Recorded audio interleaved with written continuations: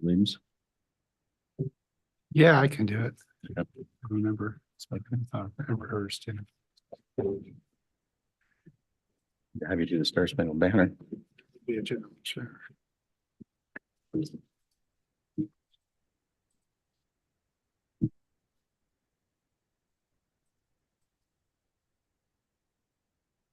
Let Terry go on vacation. To Portugal. Aaron moved up this week. Okay. Has somebody noticed there's a difference?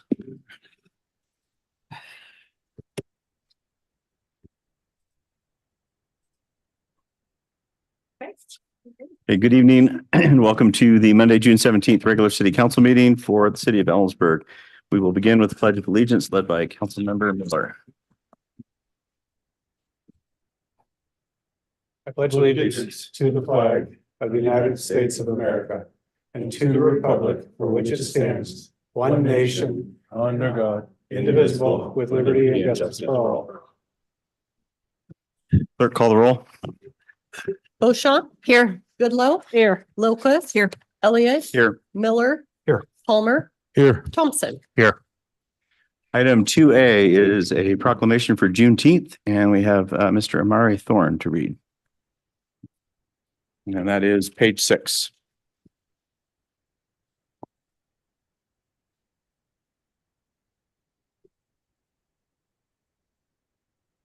Hello, I'm Amari Thorne. I'm a senior at Ellensburg High School and I will be reading the Juneteenth Proclamation. Proclamation on Juneteenth, Day of Observance 2024. Whereas Juneteenth became the latest official federal holiday in the United States in 2021, and whereas over 2 years after President Abraham Lincoln declared all slave persons free, Union Army troops marched to Galveston, Texas to enforce the Emancipation Proclamation and free the last enslaved Black Americans in this country. And whereas these newly freed men, women, and children celebrated their long overdue emancipation on June 19th, 1865, establishing what continues to be an annual day of celebration for the Black Americans. And whereas Juneteenth is a day to celebrate the power and resilience of Black Americans who have endured generations of oppression in their ongoing journey toward equal justice, equal dignity, equal rights, and equal opportunity in America.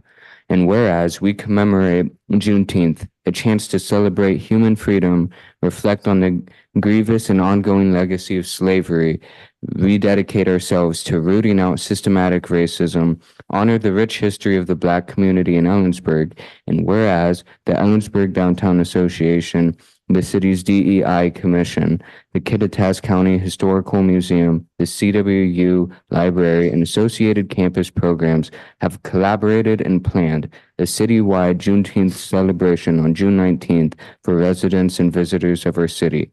Now, therefore, be it resolved that the City Council of Ellensburg does hereby proclaim June 19th, 2024 as Juneteenth Day of Observance and invites everyone to join in the June 19th celebration in festivities in downtown Ellensburg. Signed this 17th day of June, 2024. Thank you. Thank you. Okay, no awards or recognitions, and we move on to item 4, approval of the agenda. Move to approve as presented. Second. Motion and second to approve the agenda as presented. Is there any discussion? Hearing none, all those in favor signify by saying aye. Aye. I too will vote aye. Opposed? That motion passes. Item 5 is the consent agenda. Move to approve the consent agenda. Second.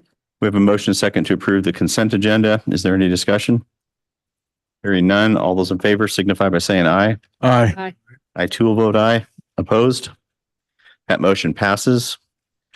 We have no petitions, protests, or communications that we're aware of. We move on to item 7, which is citizen comment on non-agenda items. I will read my script. We're going to read. There are one signed up. Does anybody want to do citizen comment? Okay, we have online, so I'm going to go ahead and read the rules for online. So this is public comment for non-agenda issues. If you're attending by Zoom to provide public comment on non-agenda items, the city council rules require that the individuals have registered. They did by Zoom by 7 p.m. yesterday, and we've got registration. And again, we are talking about issues which are not on the current agenda over which the city council has control and or concern the city. Each speaker's comments are limited to 3 minutes, and we don't go over 30 minutes without a vote of the council cumulatively for the non-agenda item speakers. Don't identify yourself as a candidate for elective office. Make any statements which assist or discuss a campaign or a candidate for elective office, unless that ballot proposition was being discussed by city council. We're not doing that tonight. Again, so we're all there. And please don't engage in conduct that disrupts, disturbs, or otherwise impedes the orderly conduct of the council meeting. And if for whatever reason I ask you to stop, we will continue your time further. And so online, we have Rochelle Evasick.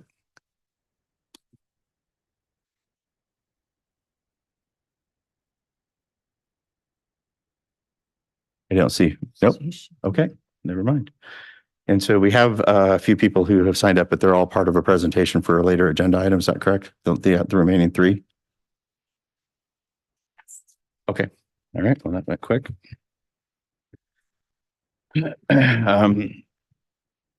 guess let's just slow this down a little bit. Item 8, business, no public hearings. We move on to item 9A, page 30 in the packet. And this is resolution 2024-18, which is potential for adopting a 2024 water system plan. And this is an opportunity for public comment. So we'll let staff speak and then we'll address public comment. Okay. Good evening, Mayor and Council. Derek Mayo with the Ellensburg Public Works and Utilities Department. Before you tonight is a resolution to approve the city's 2024 water system plan update. Back in late 2019, council awarded an agreement with RH2 Engineering to complete an update to the city's water system plan. Staff and RH2 have been working closely with the Washington State Department of Health and Washington State Department of Ecology through several draft plan iterations and have now addressed all comments from the reviewing agencies. The plan was in excess of 1,700 pages, so it was not included in your agenda packets, but a link was provided, and I think it's available online and upstairs. As part of the plan, RH2 completed an extensive analysis of our current system as well as a 20-year advanced forecast of the system to model our future needs. A preliminary draft was presented to the Utility Advisory Committee in late 2021, and then the recent permitting agency approved plan was presented to UAC at the May meeting. UAC provided a favorable recommendation to council for approval of the plan, and they also recommended that staff look into alternate ways to reduce water demand in the future, including more efficient landscaping methods. This recommendation is consistent with the plan before you, and staff will continue to pursue these recommendations and projects and budget preparations moving forward. With that, I'd like to introduce Zach Shrimp with RH2 Engineering to kind of give a more detailed analysis and presentation of the plan.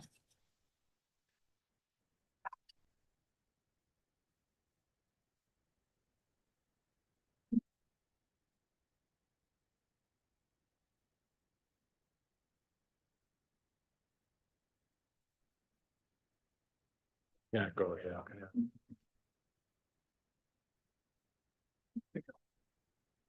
Hey.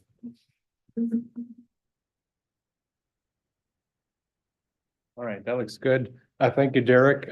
Nice to be with you all this evening. My name is Zach Shrimp from RH2 Engineering. I was one of the primary authors of your water system plan, and I will take you through some of the background of your water system and the planning process and how we arrived at the capital improvement program for your water system. If you have any questions along the way, feel free to interrupt. I want to make sure that everything that I'm presenting is clear to everybody and that all questions are answered.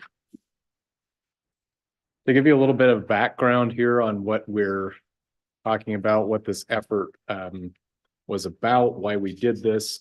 The Washington State Department of Health requires that water systems of a certain size, yours is well above their minimum limitation, complete a water system plan on a 10-year cycle. So we are updating the plan that was prepared approximately 10 years ago here and preparing a new one Department of Health will issue an approval here shortly after the council has adopted the plan. And that will start a clock of about 10 years on this plan. So this one will be approved 2024. We'll expect that another plan update and approvals needed in 2034. Some of the other agencies that are involved in the review of this water system plan, again, Department of Health is what I would call the lead agency on these. But the Department of Ecology is involved. They look at your water rights and review what's presented in the plan. The county is involved for consistency, where we're using numbers from their planning documents for areas of your water system outside the city limits. Okay. And then we also notify adjacent water systems of this plan, and they have the opportunity to provide comments on it. So as Derek said, today we're seeking formal adoption of the water system plan. This is the last piece that is required by Department of Health for them to issue the new 10-year approval for your water system plan. Some of the major components of what's in this document. It has, again, we do a 10-year approval, but we do a 20-year planning period. And again, this is a requirement in the Washington State Administrative Code that the document meet these criteria. So we're forecasting the demands of your system out about 20 years. And we're looking at what capacity will be needed by the water system to provide for those demands, and what, if any, improvements do we need to make to the system to be prepared for those. We're also looking at water quality in the system. We're evaluating your system policies and design criteria, your operations and maintenance. And then finally, we are performing a financial analysis to make sure that the improvements and O&M for the system, that plan is viable. I'll walk through a little bit here, just background information and data about your water system. And I have some mapping that I'll bring up on future slides here, so it's not just a solid wall of text here. Your water service area is just under 15 square miles. Your estimated water system population, number of people, is around 21,000 with about 11,000 connections. You have 11 sources, 2 separate pressure zones, 2 reservoirs, and about 110 miles of water main in your system.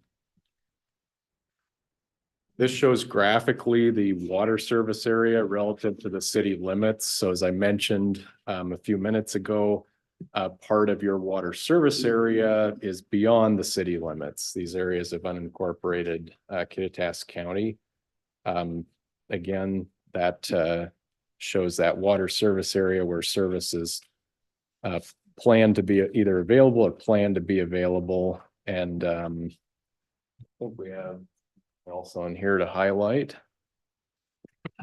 Looking at the land use within the water service area, this pie chart is just kind of a summary based on land area of what's within the water service area. The important point I want to highlight here is that our document has to be consistent. There needs to be consistency, concurrency with both the city comprehensive plan and the county comprehensive plan for those areas of the water service area that are outside the city limits. So that's an important piece of this planning process, and it's an important piece during the agency review. Agency reviewers are looking for that consistency between those documents, land use and planning numbers. This graph shows your projected population increase through 2040. The guy here, so you can see the legend. The green line there. The green line is the projected water system population. So again, we can see that we're forecasting fairly aggressive growth for the water system plan. And this is, again, I just want to highlight, this is consistent with your comprehensive planning numbers. So we are, as utility planners, we're using numbers developed by others for the the population growth and ensuring that the water system will have the capacity to get there. So part of the process, part of the reason we look out 20 years but update every 10 years is it lets us reconcile those growth projections with reality periodically, right? So it will be important during the next planning update to look at this and say, okay, is growth materializing or water demands materializing as we expected, as we projected in the previous plan, and then update accordingly.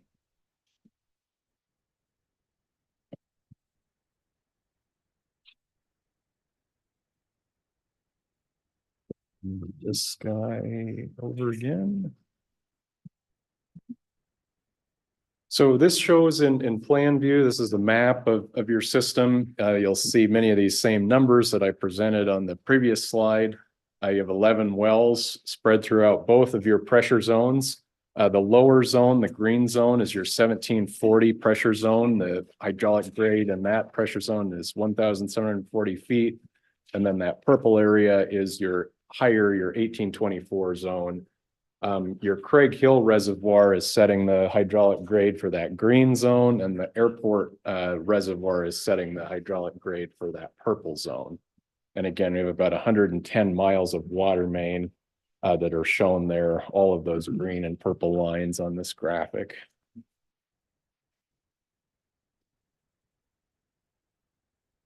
To go into a little bit more detail about the different areas of the system, again, here's your upper zone, the airport being located right here and the airport reservoir here. So we see a couple of wells up here, Brook Lane well, and we have a booster station that allows us to move water from the lower zone to the upper zone, and a transfer station that has valving that allows us to move water from the upper zone down to the lower zone. And the brand new Illinois well is shown over here. That also pumps water into the upper purple zone. This is looking at the sort of northwest part of the lower pressure zone. So this way out here to the north west of the city, we have the Route 10 well and the city well and the Hayward well and a transmission main that brings that water into the city limits here.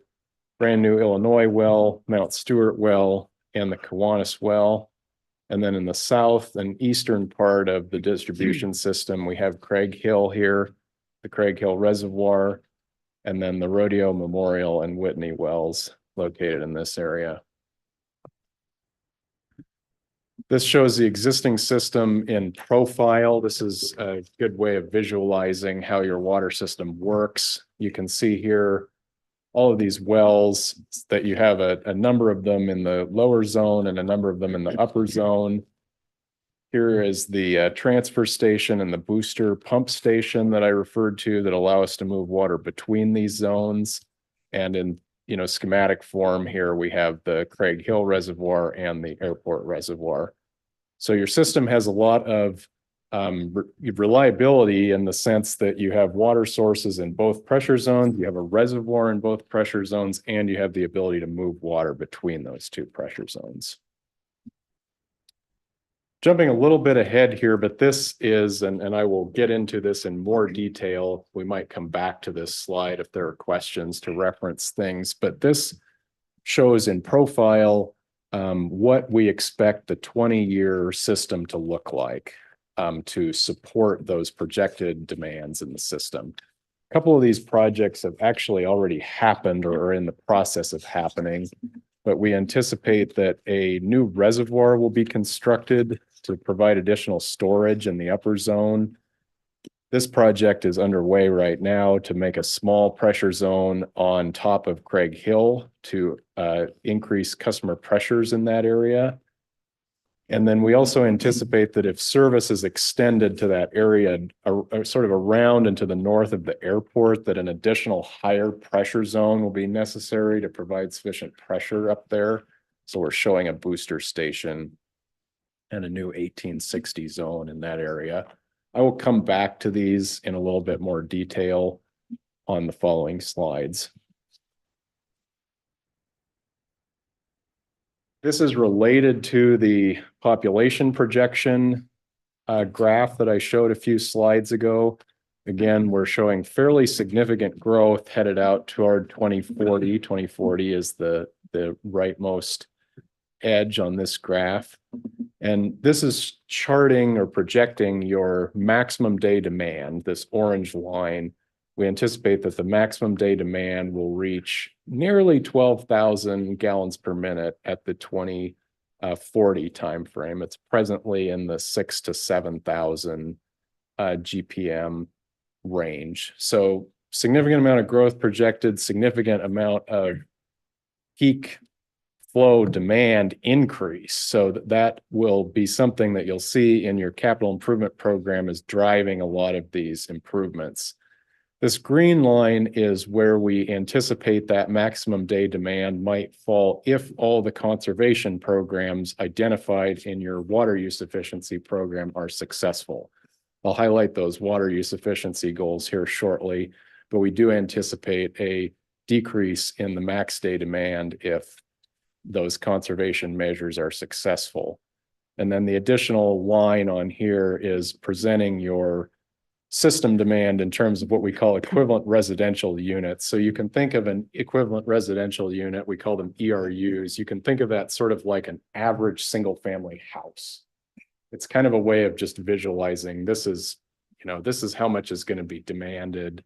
We think it will be the equivalent of about, 12 to 13,000 equivalent residential units. So you can think about that like a typical multifamily unit, like an apartment would of course demand less, but you can also have customers, commercial, industrial, et cetera, that don't really fit that mold, right, of a residential unit.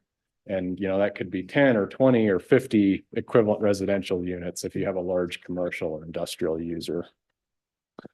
Is that just just kind of an average number? And the only reason why I bring that up is when we're looking at the total amount of connections for, I think it's 2024, we're at 10,017. So there's not a correlation necessary by the actual amount of connections. This is, again, just a symbolic number. So a connection is a physical connection, a water Right. meter, basically. So you could have a connection, right, that served a commercial or industrial customer that might be multiple ERUs of demand. Correct. Right. So the way we develop the demand per ERU is we look at your single family customers and their demand, that customer class, Understood. and that gives us that number. Does that answer the question? It does. Thank you. Any others on this one? These are the water use efficiency goals. So the water use efficiency program is something that we have developed concurrently with your water system plan. This is something that you're required to report in the progress on this every year to Department of Health. They require a water use efficiency form to be filed every year. The goals that were identified and adopted for your system were reducing that demand per ERU by about 5%. 5% is our goal by 2030, and then trying to maintain that demand per ERU for the rest of the planning period. And concurrently with that, again, your distribution system leakage, we want to maintain that at 10% or less. That's a metric that DOH sets out as they consider system leakage above 10% as excessive. So we're going to try to maintain distribution system leakage below that. And we're currently below 10%. Yes, I believe so. Okay. Yeah. And this is an interesting metric. It's something, again, that's tracked every year and reported on your water use efficiency form. But part of tracking your distribution system leakage is, making sure that your metering is accurate, making sure that you're tracking authorized use that's not metered, for example. So you have all your customers, right, and they get their water bill, you have all that data, but you also have to track, our contractors, using hydrants, as the fire department using hydrants, et cetera, and estimating that volume so that you're accounting for it. Right. So if you don't account for that, then it appears it's just leakage. City's doing an excellent job of that. But just to explain how we get to that number, it's metered customer use plus other authorized use that we're tracking. This is a table straight out of the water system plan that looks at the capacity of our sources and where we're projecting to be headed over the next 20 years. So you can see right now, if we look at this existing 2020 column and we zip down here, This is our source capacity at the moment, and then this first row up here is the maximum day demand of the system. The standard for source capacity is making sure that your sources can provide that maximum day demand. That's what Department of Health recommends, requires for this step. So you can see right now, our existing sources have about 1,500 gallons a minute of excess capacity to meet our 2020 maximum day demand. But sometime in the 10 to 20 year time frame here, depending on how and if and how growth materializes, we will be looking at needing an additional source to be able to maintain that situation where our capacity is higher than our maximum day demand. So that's the main takeaway here that relates to the capital improvement plan, is that in that kind of 10 to 20 year window, we're expecting to need another source. Storage is another aspect of system capacity that we look at. So this is basically reservoirs and the capacity in those reservoirs. One of the first projects that's underway right now is that Craig Hill pressure zone. And one of the issues that we identified as part of this plan, this has actually been known, it's not a new revelation or anything, but we had low service pressures on Craig Hill, and that was causing what is called dead storage in that Craig Hill reservoir. So by building that booster station for those services on the top of the hill, we've effectively eliminated that dead storage in that Craig Hill reservoir. So following this table, you see this dead storage being eliminated here by 10 years. So that project is taking care of that. And we're showing, as you saw on that profile a few slides ago, we're showing a new reservoir being constructed in the upper zone. We estimate it'll be around a 4 million gallon reservoir sometime in the next 10 years. So that brings us to a surplus on our storage capacity within 10 years, and then that surplus is maintained through the end of the planning period. So the main takeaway on storage is that Craig Hill pressure zone, big plus that project is underway, getting that taken care of. And then kind of a relatively short-term capital project to be thinking about is getting another reservoir built in that upper zone. When we get another zone, will we require another transfer station to go between, what is it, 17? So if we look at this, so you're referring probably to this upper zone. Yep. Yeah, this 1860. I see it there. Sorry, Yep, small text, but this blue one up here. I can see it. Yeah, so this will be what's called a closed pressure zone. So the way this will work is this booster station will run 24/7 to provide only the required demand for that zone. There probably won't be a reservoir up there. That is an option. I mean, when the time comes for this, the pre-design for that pressure zone will evaluate whether it makes sense to build a reservoir up there or not. But the Sure. way it's presented in the water system plan is that there would not be a reservoir up there. The booster station would run and only provide the demand required by that zone. So there would never be a reason to drop water back down from the blue to purple zone. Gotcha. And what kind of redundancy would we have with that booster station since it's going to be running 24/7? Right. So typical redundancy on those at a minimum would be a generator set with an automatic transfer switch. So you have a generator on site that if you lose power, that kicks on immediately and keeps the pressure on. That's typical approach for something like that. There are other ways of looking at it. You could build another booster station. You could build, as you mentioned, you could build a reservoir up there, and that'll be something that would be looked at in a little more detail again when the time comes to develop that pressure zone. Okay.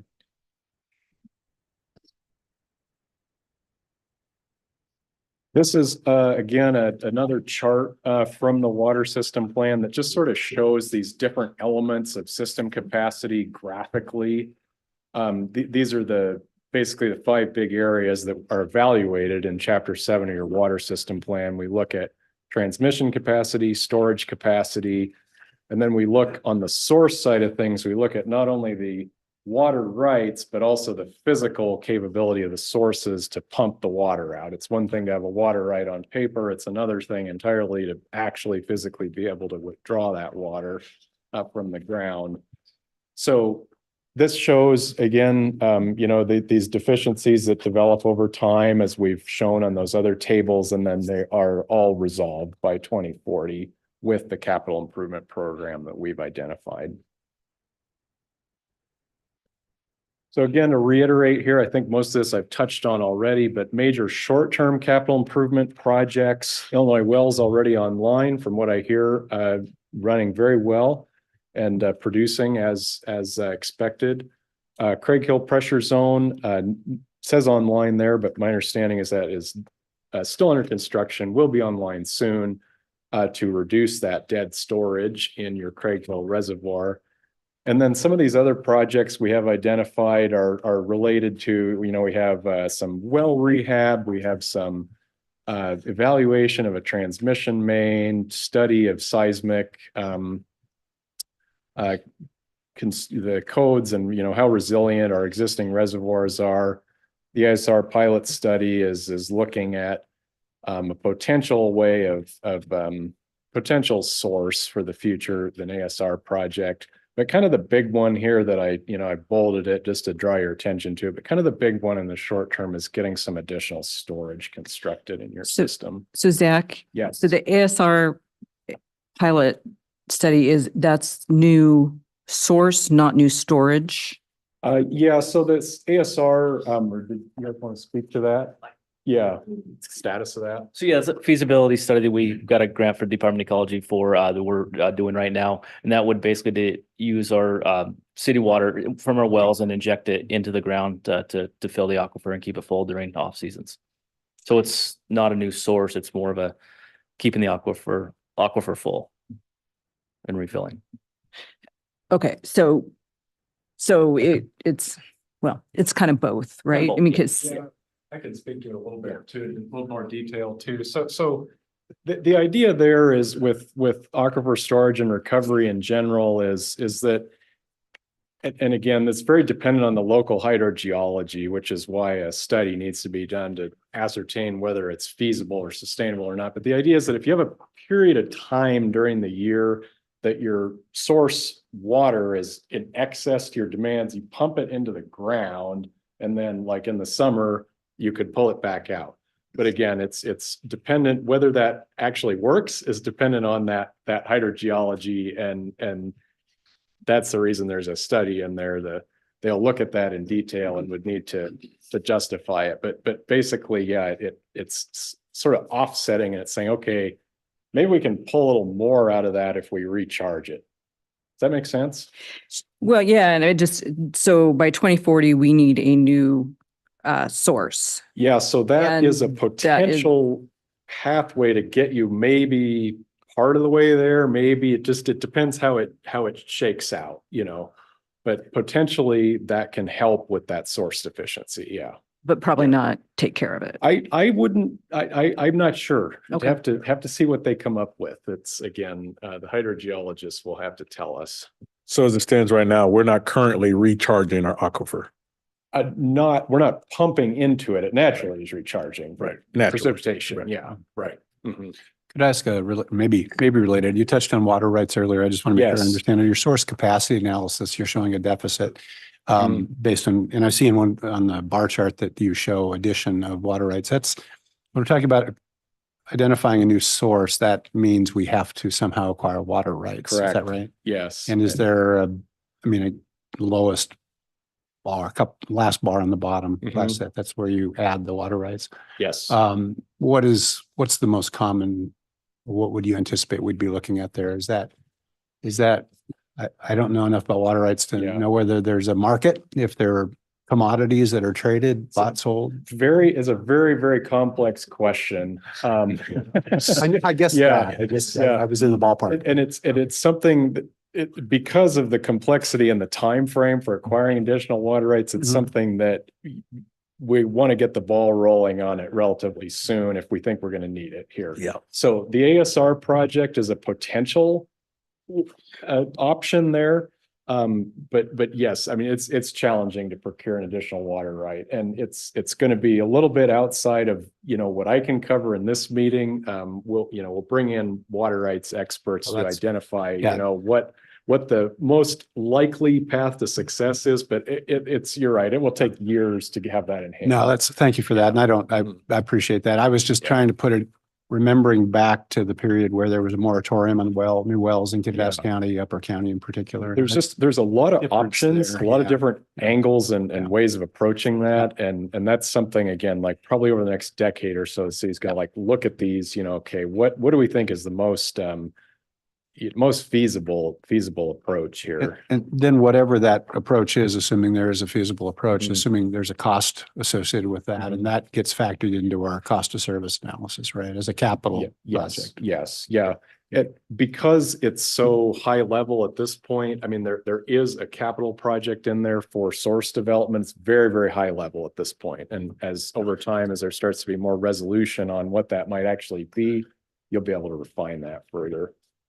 Thank you. So Zach, do you want to speak to perfecting water rights versus procuring water rights? Yeah. 'Cause we may have the water rights, but we might not be able to use them for Right. specific uses. I'm gonna not dive too far into this because it's getting a little bit outside of my wheelhouse as a civil engineer. And I wish I had Andy Dunn here from our firm, who's certified water rights examiner #1 in the state of Washington, to answer this question for you. So I'm gonna step back from giving you a incorrect answer on that. But I just want to leave it on the table that right now there are a lot of options that you have, a lot of pathways you could go down and for procuring additional water rights and source capacity. And that's basically what this water system plan is saying, is just if this demand materializes, you're going to have to come up with some sort of an approach here.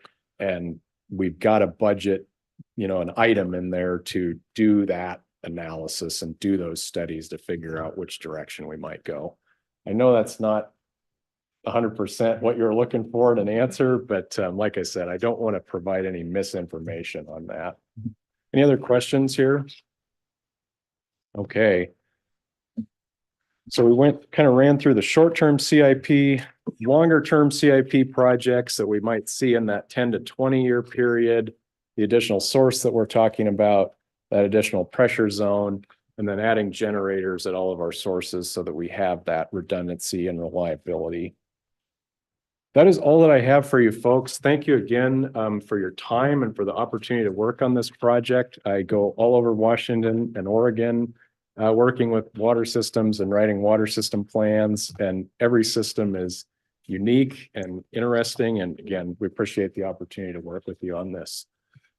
Any Zach- last questions? Zach, first, thank you for the presentation. Since you have been all over the state and seen it, if you don't mind, just in your humble opinion, where does Ellensburg stack up to some of the other areas? Yeah, excellent. You have a very, very well-maintained system.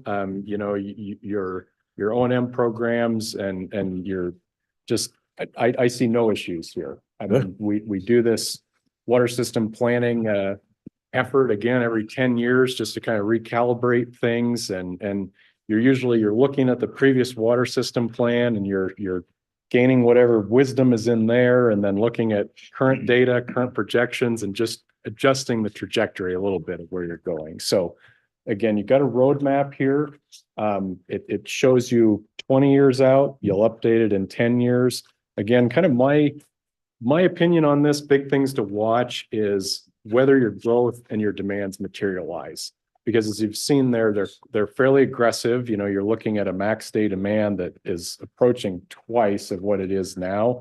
And if that doesn't actually happen, well, do you actually need another source? Maybe not, So those are the things that I encourage you to sort of watch and track in the interim before your next water system plan comes up.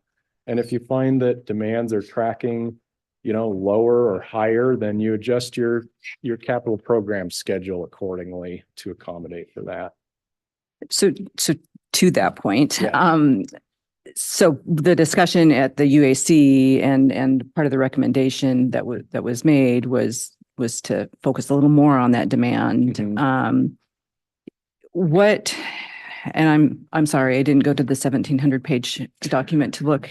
What are the That's just. the water use efficiency measures that were discussed in that? Let's take a look at the plan. I've got it open here and we'll flip to that appendix here for you. So, and just as background for the council, so the discussion at UAC was around, so we get the graph of water use per month each month, and it appears that our winter use is about 1/3 of our July and August use. So what our steady state is about 70 million gallons per month.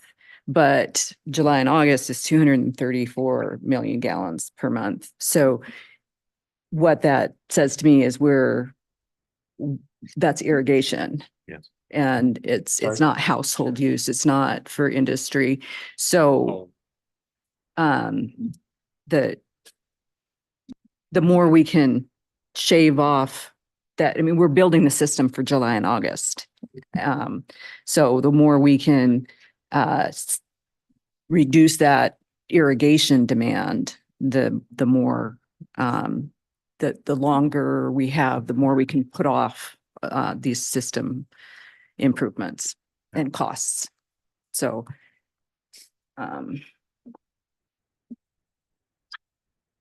That's also when Twin City is using yeah, our largest user. yeah. I'm So not that we in should any way indicating that we should restrict their water use. No. But separating out, so how much is Twin Carrots and City lima versus beans how to much eat. is me watering my lawn? I'm just saying, I'm not going to give up my vegetable garden, but I could give some lawn, to reduce. And it reduces costs too for anyone looking to save money. Zach, a lot of this is really going to be contingent on great meters operating well. Just as far as your assessment doing this, how are we doing as far as our meters? Any of them near end of life? I'm assuming that we have a great protocol for updating those. Any concerns that we have? Meter replacement. Yeah, I'm not aware of any concerns. You guys want to speak to that at all?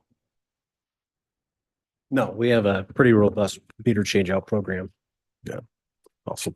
Ryan, since you're there, I wasn't going to ask because I thought, I know the mayor wants to move on, I'm sure, but since he's talking about systems, I don't recall ever hearing this, so I was just going to ask, are we in our distribution system, our pipes, do we have any lead pipes in our system?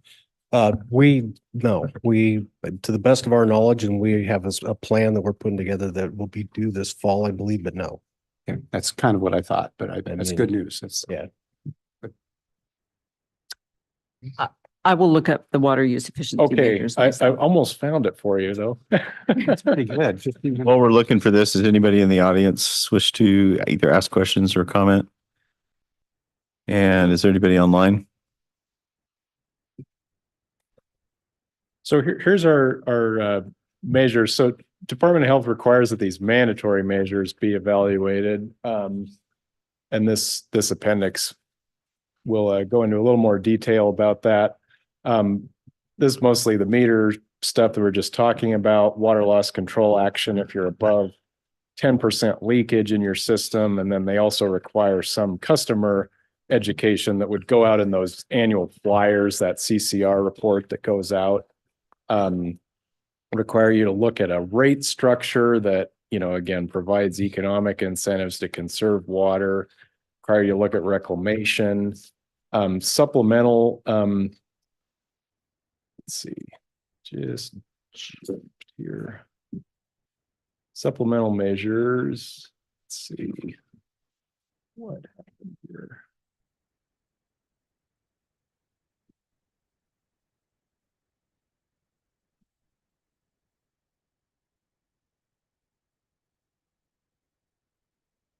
Control F. Yeah, I tried it and it spent such a long time going through all 1,700 pages that I figured Nancy gets out the prize for the question that go a little stumps faster by just the experts. finding it. Yeah. It's in there. Let's see if I'm it's disappointed found that you didn't read the appendix plans. E. That's your punishment. Better write more concise plans, I think.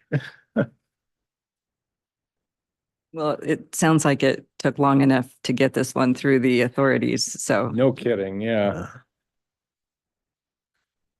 We're good. You Yeah. guys good with that? I'm Yeah, happy yeah, to answer yeah, any yeah, we're questions good. later Yeah. too, to not hold you up. But again, there's a few supplemental measures that are selected there. Here we go. Amazing.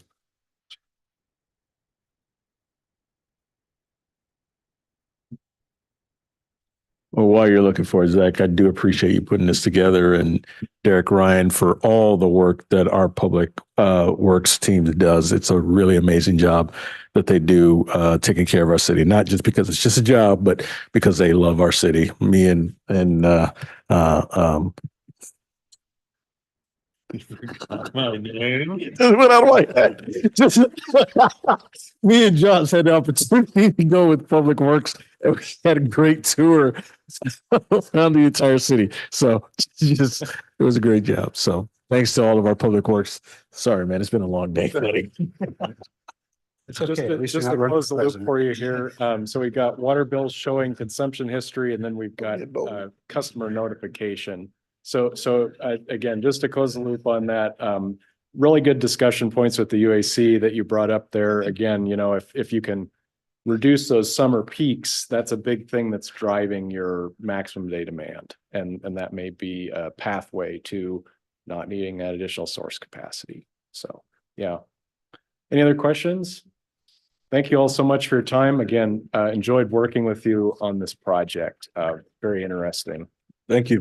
Thank you. So barring public comment, we have a resolution. I move for approval of the recommended resolution. Do I have to word it? 2418. Okay. Second. We have a motion second to approve resolution 2024-18, which adopts the city's 2024 water system plan, not Washington State Patrol. Oh, no. Any discussion?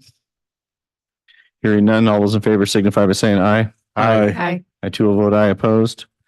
That motion passes. Item 11A, page 54 in the packet is a surplus recommendation for property at First and Pine. And there will be an opportunity for public comment. Good evening, Council. I'm Lily Fry, Housing and Grants Coordinator.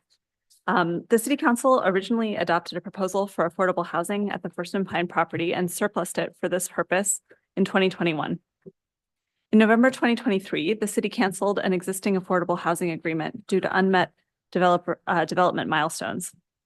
Also in November, Council held a joint study session with the Affordable Housing Commission to identify priorities for development on the site. This discussion was used to create the selection criteria. We issued the redeveloped RFP for the site in mid-February 2024, and it closed at the end of March.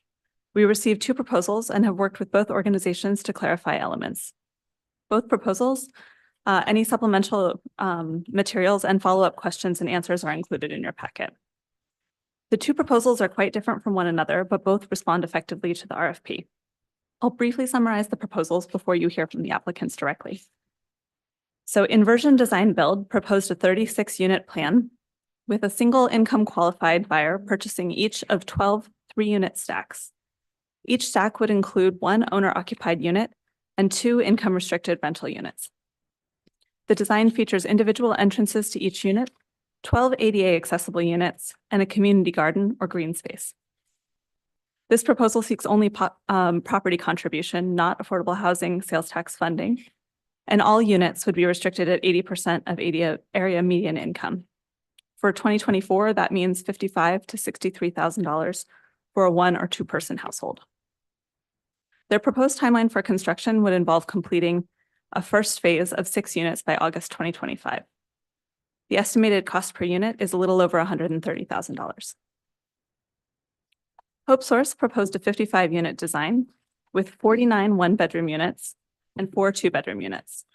This project includes 6 homeless set-aside, and all units would be affordable at either 50% or 60% of AMI, so $34,000 to $47,000 per year for a one or two person household in 2024. This project is designed to meet senior housing needs, and it includes 4 ADA accessible units, and all units are designed to be adaptable to accommodate residents with disabilities. This proposal also includes a request for $1.5 million in affordable housing sales tax funds as part of project development. The estimated cost per unit is a little over $500,000. The proposed timeline for completion is August 2027. Both applicants presented to the Affordable Housing Commission on May 1st and answered follow-up questions on May 15th. The design requirements in the RFP included multifamily design and an adequate parking plan. Both proposals met these requirements. Additional requirements were demonstration of financial means to execute the proposal and a reasonable timeline for completion. In addition, preferred features were accessible units, including fully ADA accessible units, and universal design or other accessibility elements, proposals that maximize density through the use of studio and one-bedroom units, proposals that maximize affordability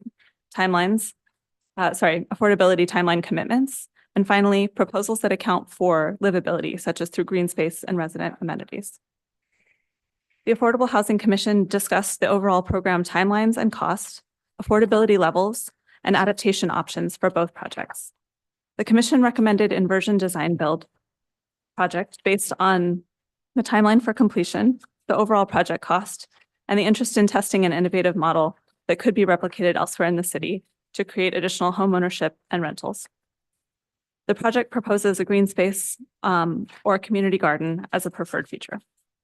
The commission voted 5-0 with 1 abstention to recommend the project to council. The proposed action is to authorize staff to prepare a letter of intent to award the First and Pine surplus property to Inversion Design Build.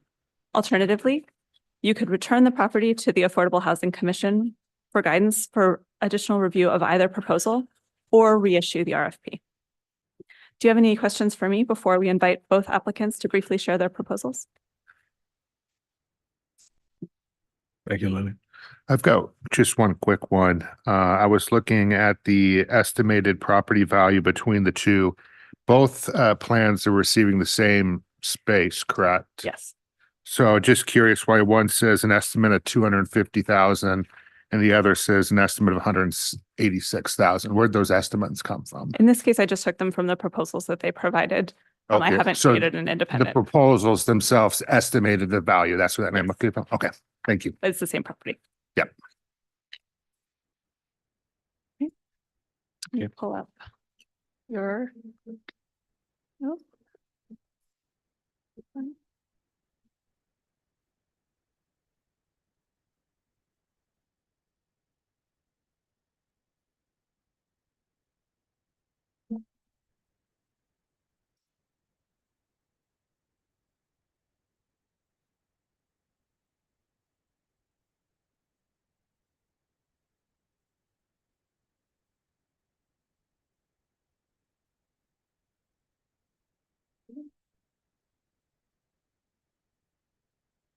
Is Nate also on the line?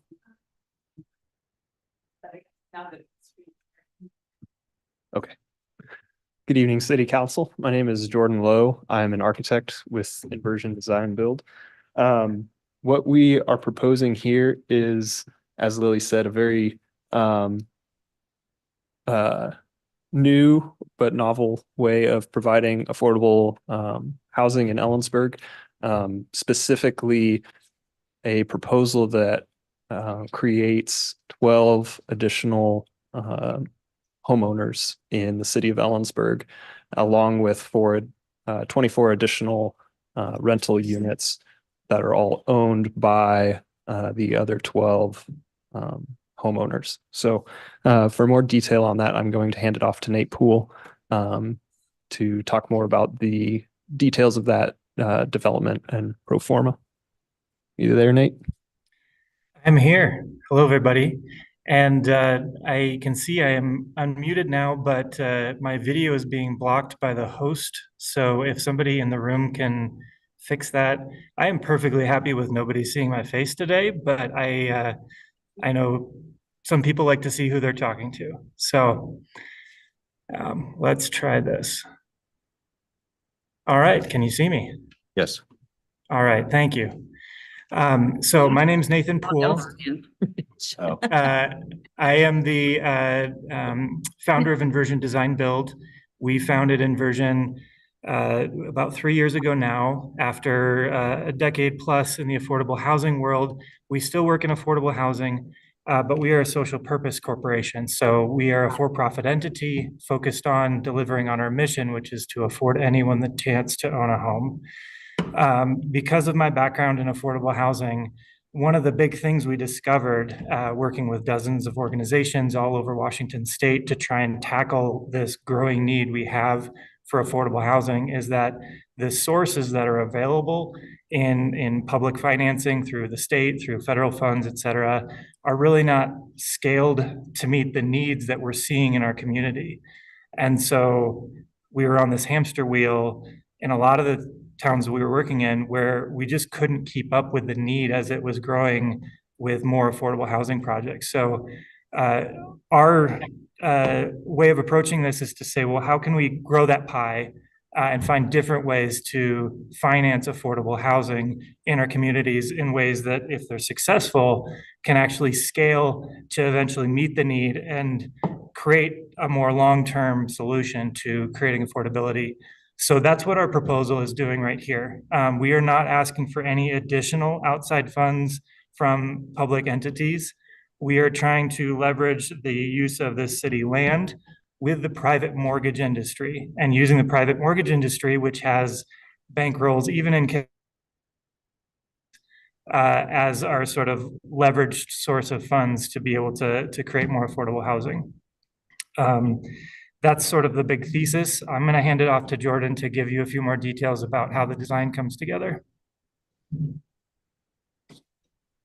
So part of the focus is to provide a way for community members to have an equity stake in their neighborhood. So both owning a property within a neighborhood and being able to benefit from that neighborhood as it improves, both in financial equity as well as social equity, with the idea that a neighborhood that has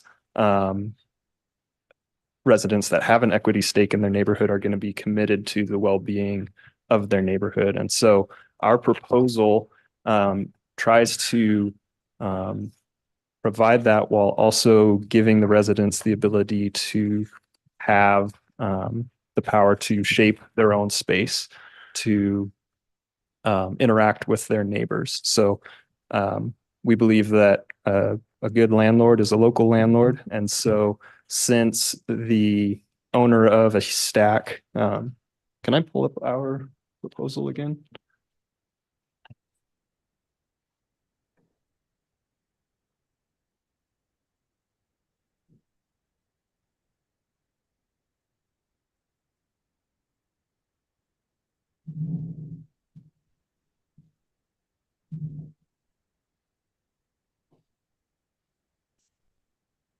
So, for example, this would be one stack.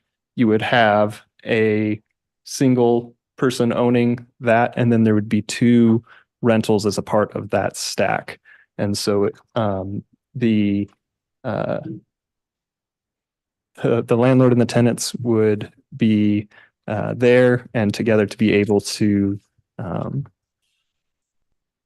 handle any sort of conflict or maintenance concerns because they're all there together.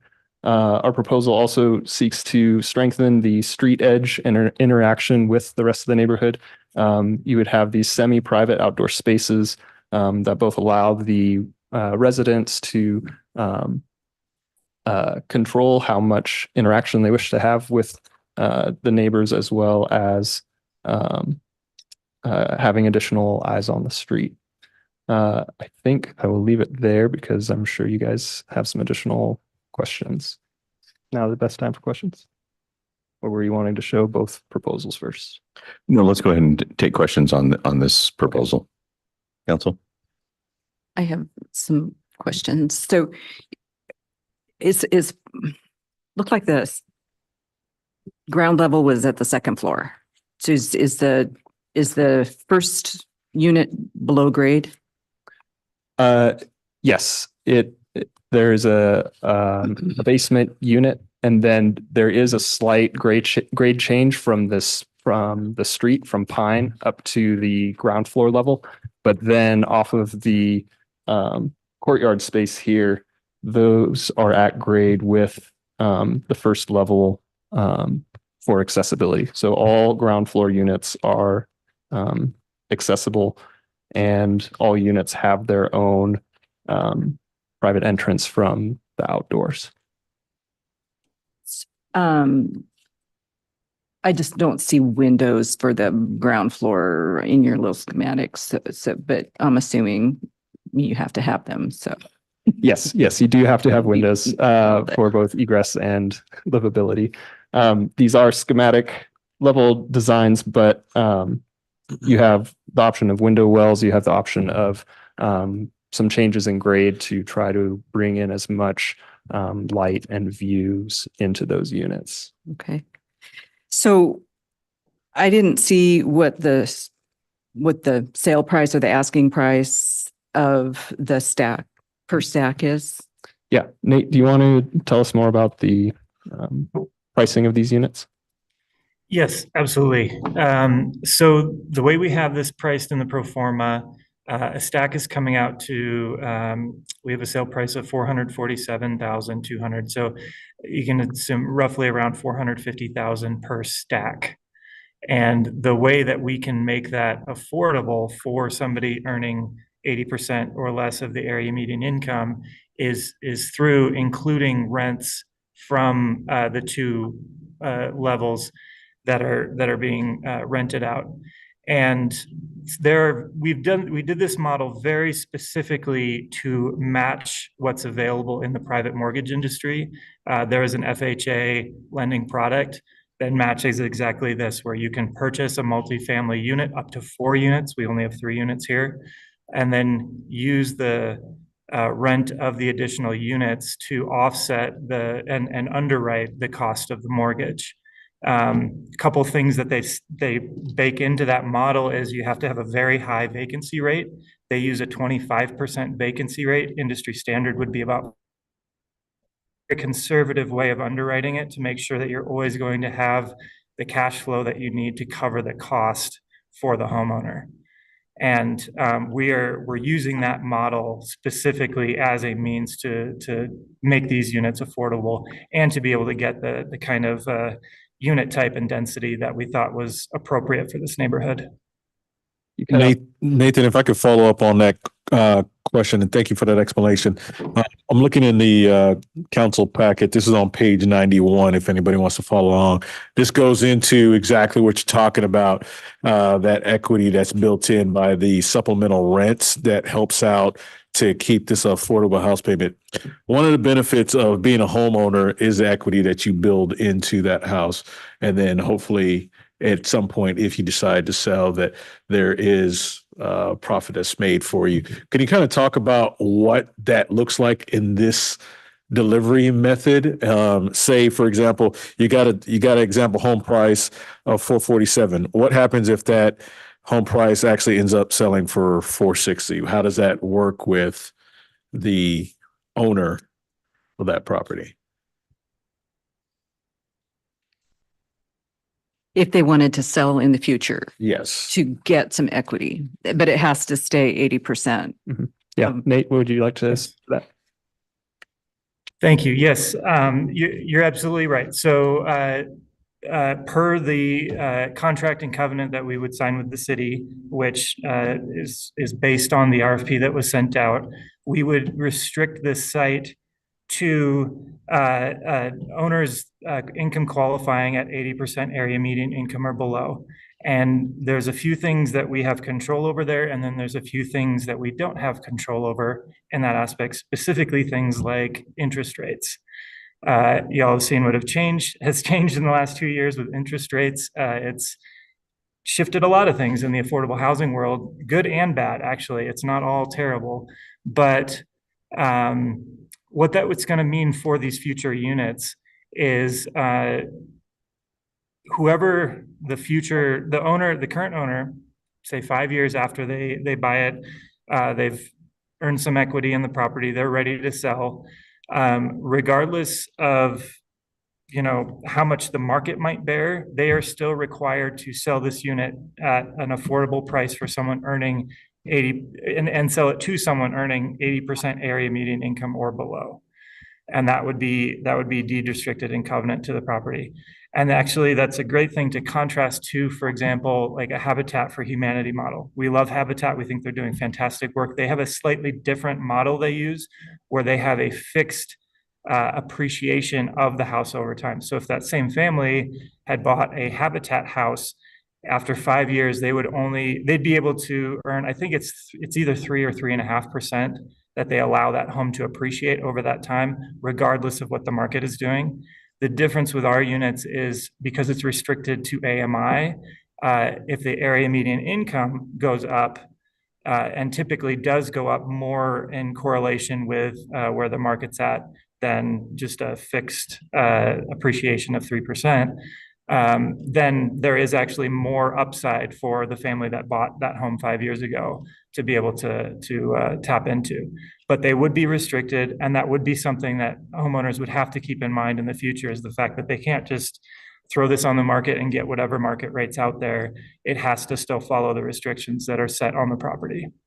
And I appreciate that explanation. And the reason why I want to bring that up for council is part of the consideration here is that if you're a typical homeowner and you build equity in your house and you sell it, you have a profit to possibly go into another place or something like that.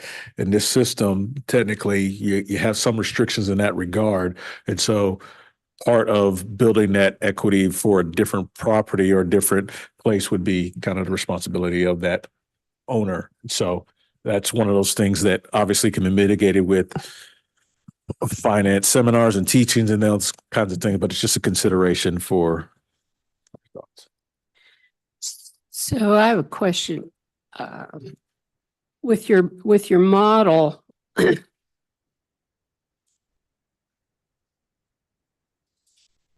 does the payment go up for the owner when property taxes rise and other things go up? That's a question. I guess the easiest way to state the question is, do these numbers stay steady for as long as the owner owns the property? The rent that you've projected and the monthly payment that the owner makes? I don't know if I'm making any sense. I think I understand half of what you're requesting. So well, that's progress. Since the homeowner would have an FHA loan, they would have all the same, they'd feel all the same effects of the market as a traditional home loan or homeowner would. Nate, do you have anything to add to that or anything specific about the amount of rent? Is that the second? Yes. Does that impact rent? An independent rent. Okay. Yeah, and actually, this is a great point to bring up because there's one of the issues that we're seeing writ large with the housing industry is exactly this division that you're seeing between the pace at which rents go up versus the pace at which mortgage payments go up. If you bought your home 20 years ago and your interest rate was whatever it was 20 years ago, it stays fixed at that interest rate. And so you're going to start to maybe pay a little bit more over time for property taxes, but you're really probably not going to be paying any more to your mortgage for that entire time. And so the net cost of ownership over time for homeowners often goes down or relative to inflation goes down, which is a huge advantage for homeowners. That's one of the things that we like about homeownership and we're trying to tap into here. And it would be the same for the homeowners here. The difference on the rent side is it's going to fluctuate as area median income fluctuates. But I do want to point out that there are three things that are restricting rents on this site. The first is the same thing that restricts rents anywhere, which is the market. If the market says you can only get $1,000 a month for the unit, you're only going to find someone to pay $1,000 a month, because if they could go somewhere else and get a better rate if you try and charge more than that. The second one is the 80% area median income restriction, which we're discussing as part of the RFP, which would be from the city restrictions set for the site. And then the third one is the relationship with the owner. It's not by accident that we want people to know their landlord on a first name basis. It so happens I have a rental in the house that I live in right now. The person renting from us has been there 4 years, and my wife will not let me raise the rent on him. And frankly, that's okay. He's been a wonderful tenant. It's worked out well for us. We're not trying out of it. We have a great relationship, and we think that's way more valuable than just the dollars and cents of it. And that relationality between landlords and tenants, between neighbors and other neighbors, that's the glue of the community.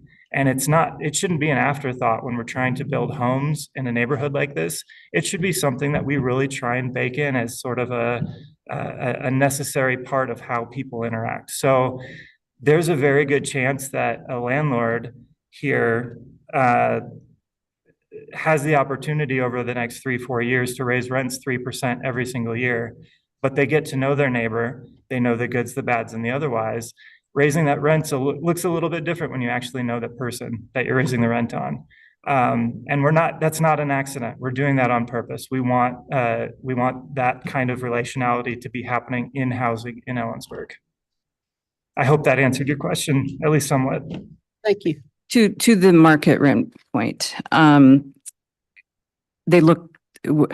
understand that the $1,350 for a 1-bedroom and $1,260 for a studio is based on 80% of AMI, and this table that Lily provided for me. But so I looked on Zillow and apartments.com and did my own little survey of what rents are. And so there was only 3 studios available, but they're going for $850 to $1,075 with an average of $942. So your studio is well above the 80% AMI is well above what the market is. And the 1-bedroom ranged, well, I had some income restricted in there. So it was like from $840 to $1,500. There was only one 1-bedroom apartment that was more than what you were proposing to charge. So out of 17 different apartments for rent, 16 of them were less than what you would be charging. So that's not affordable to me. So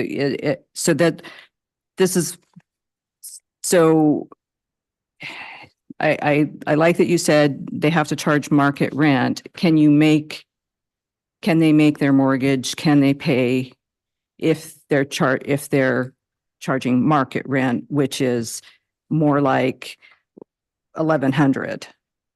$1,090 is the average market rent for a 1-bedroom apartment, according to my one point in time, not looking at square footage. And, some of these were in houses, they weren't apartment complexes like this. So a little apples to oranges, but yeah, no, it's great research, and something you certainly have to consider.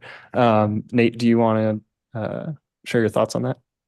Yes, and thank you for doing that research. We do appreciate it. And we recognize that just because something is restricted to 80% AMI doesn't mean that we're going to get rents that correlate with 80% AMI.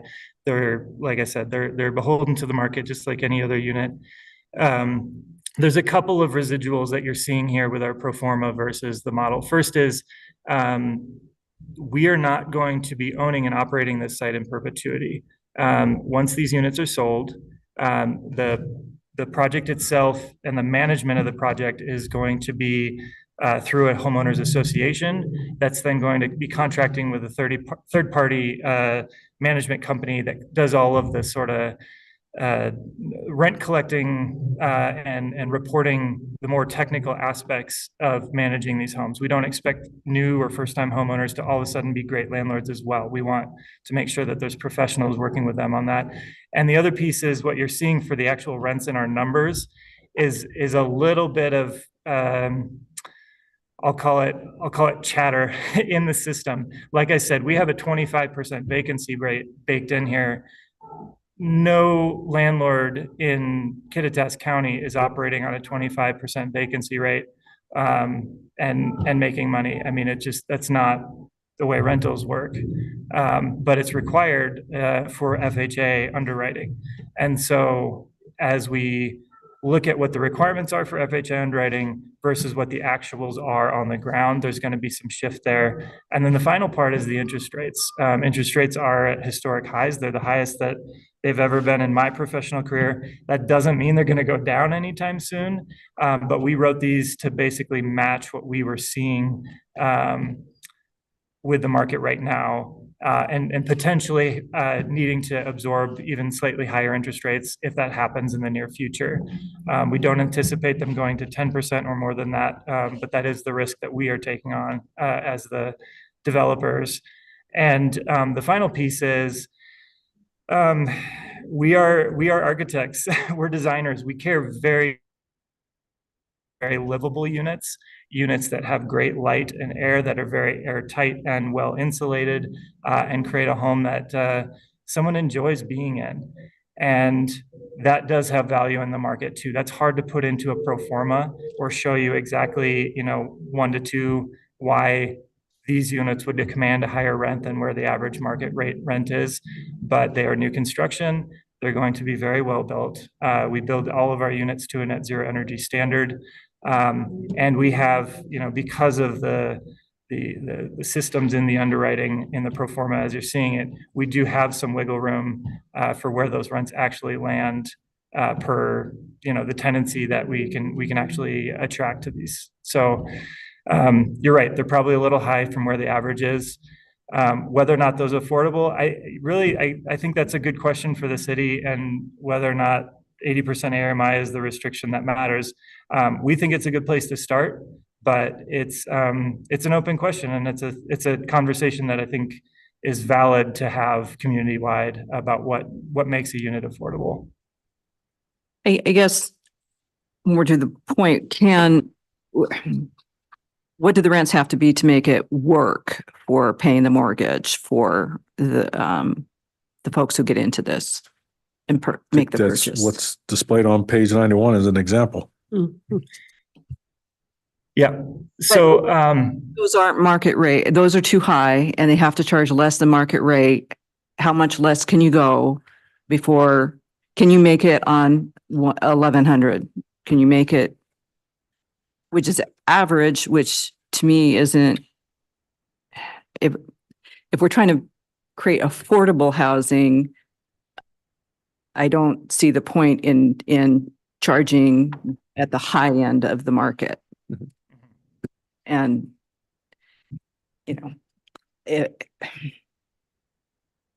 I know that's what's allowed because we said 80% AMI, but it's still the high end of the market and less affordable than everything else out there. Wouldn't just market forces by themselves drive those units to where people are willing to pay?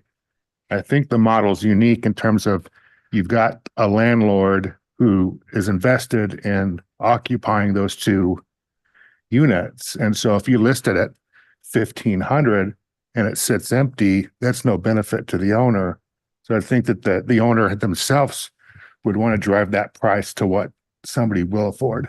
But remember, they're making 80% of AMI, so they're not wealthy enough to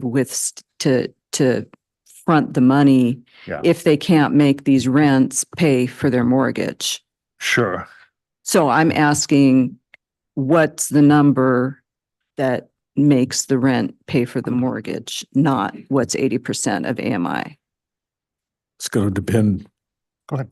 It's going to depend a little bit of, as far as what that rate, what rate they can get for their rent.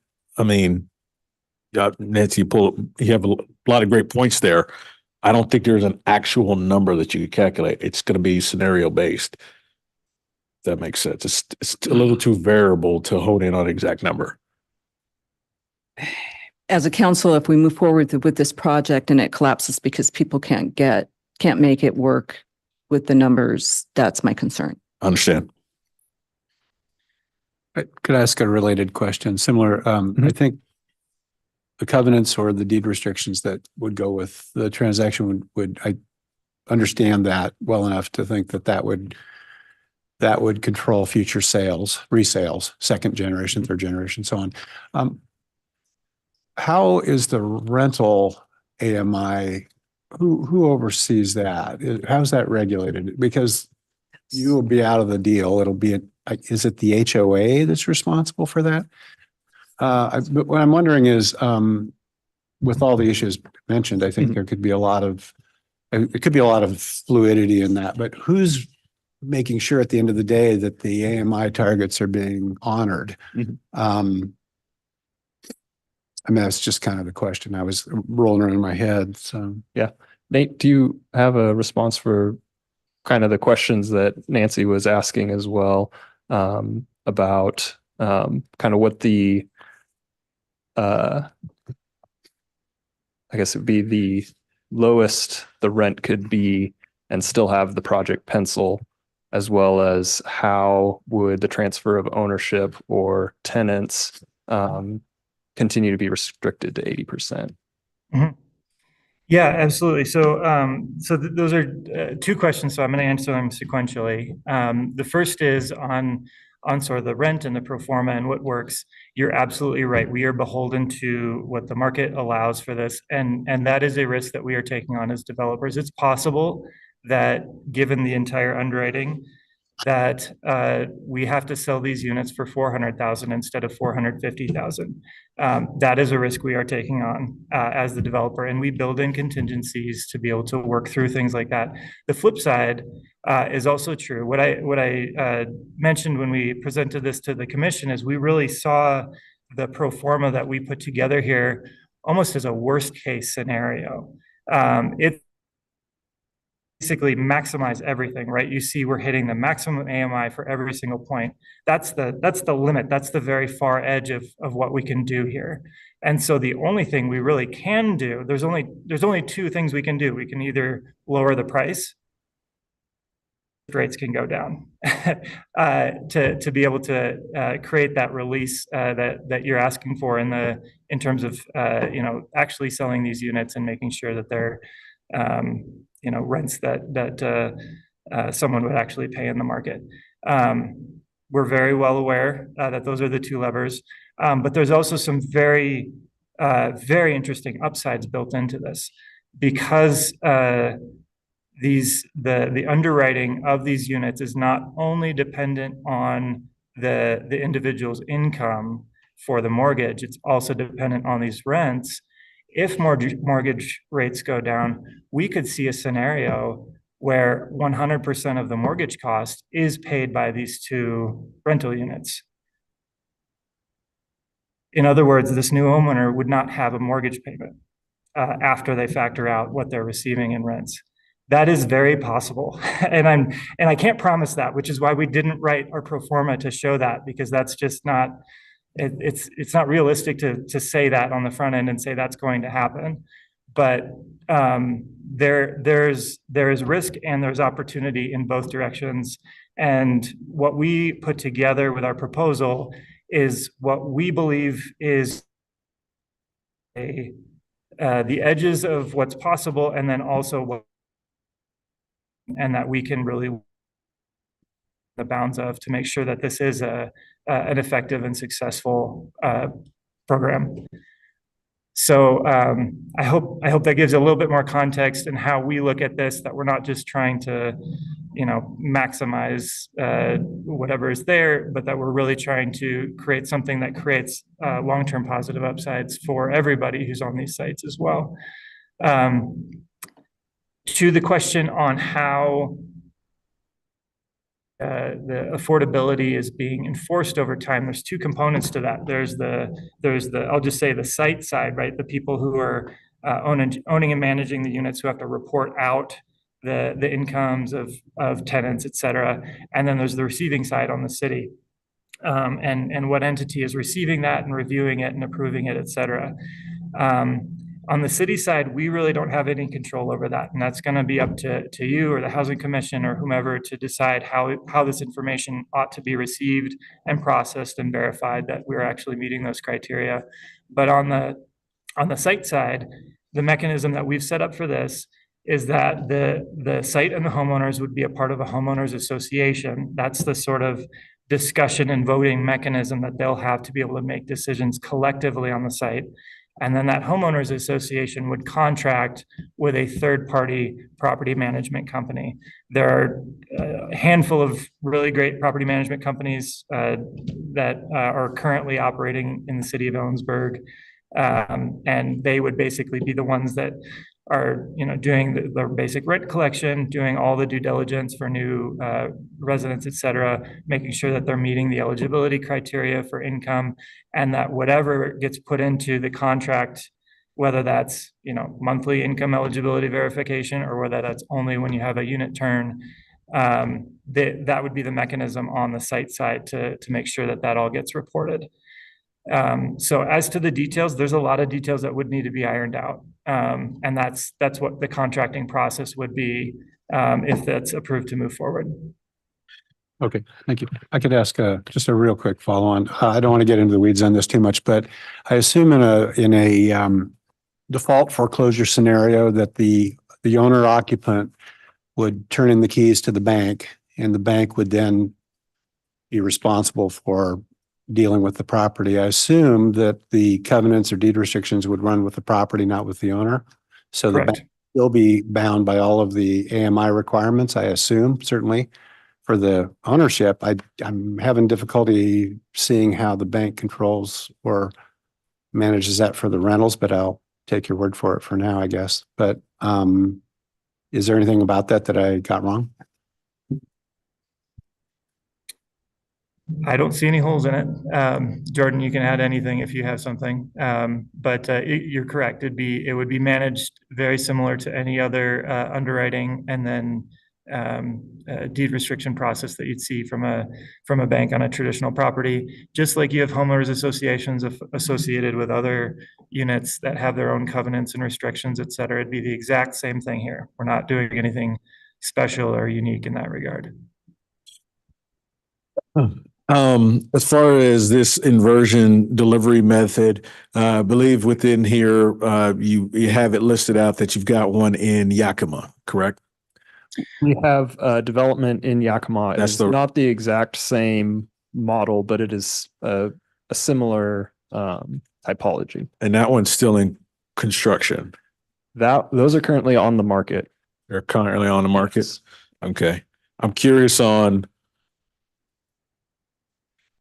where your projected cost would be, or I'm sorry, sale price would be versus where the market is dictating it should be right now. And it's not something you have to give me now, but just in consideration to what was brought up here as concerns as far as what is the market doing to it. This method has some benefits, but also has some concerns. Gotcha. Yeah. I got no other comments right now. Thank you. Oh, go ahead. I have another question on page 91. On the pricing column that you have there, you have some figures that are less vacancy, less HOA fee, who pays those fees if the owner doesn't? I'll let Nate speak to that, but I believe that's just the way that it's calculated in order to tell that the pro forma would still function, correct? Yes, and thank you for bringing this up because this tripped up some people at the commission as well, and it's a little bit unique how this is written out. What we're calculating in those line items is what funds an owner has available to pay their mortgage.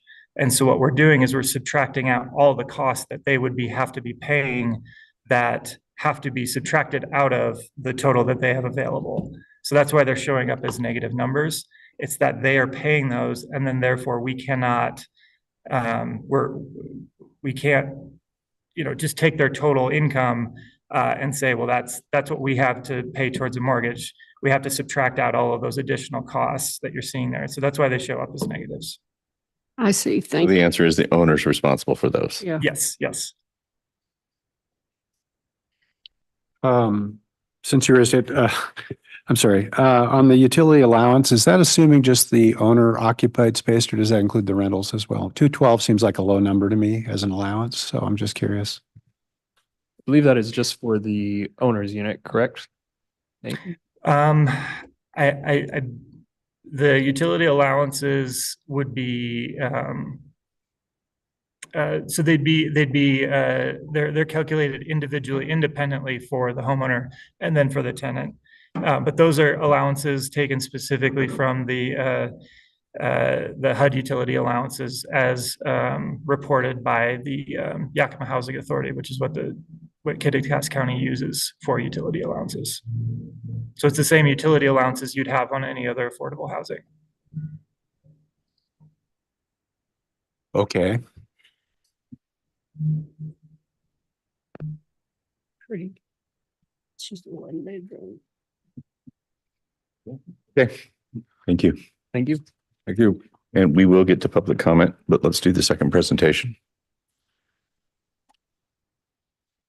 And just for information, I will be recusing myself from the vote because I'm on Hope Sources board, but I'll participate in the conversation.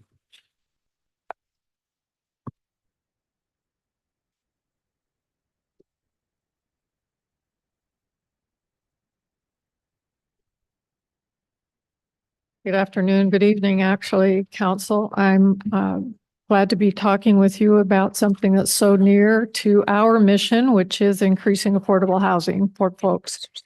You will hear from Craig Kelly is on the line. He's been with the project from the beginning. Marika from Dahl Consulting will be on the line to talk about anything to do with the design or the architecture of the building. And we will have Jeremy from SRI on the line for anything in the development part of it. I appreciate the fact that that Jordan and Nathan are thinking in innovative ways, and that's always good in a housing market. So I appreciate that. When ours is pretty straightforward. We looked at the RFP when it came out and we tried to answer that RFP as the city asked for it. So knowing that 765 seniors are over 65 in this city, according to the stats, with more than 30% of their income spent on rent, then we also knew that seniors, or which are primary market, veterans, seniors, and disabled, that they would more likely want the one bedroom, and we don't have any studios, but the one bedroom, and there's a few 2 bedrooms in that in that. Our open space is at least 10% of the total, and I think much more you will see in when Marika talks about the design, that there's a lot of open space, there's family space, there's resting space. There's just a lot of ways for people to enjoy each other and enjoy the property. The design requirements that were asked for were multifamily maximum density, which is exactly what we proposed, so that we could get the very most available affordable housing going into a build right in downtown, which is walkable. That's going to be wonderful for the 60% AMI, which is what our project is slated at, not the 80, but the 60. And it did call for the maximum density, high density, which we responded to with the design that we have and with the over 40 units, 50 units of build. Accessibility, Marika will talk about that, but all of the units, the way that it's built, all of the units are incredibly accessible or convertible, I should say, to accessible features so that they can be easily changed without any, without any big production. It's just designed well that way. We can lower the number of units. We can change the type of units. We can change the arrangement of the units if there is a desire on the part of the city to alter that part. But we really do believe that the maximum density is exactly what we hope for and what looks like is needed.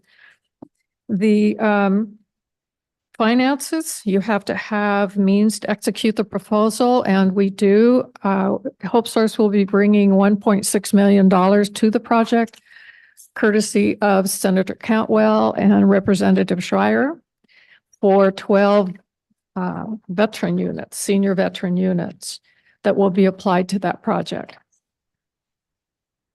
And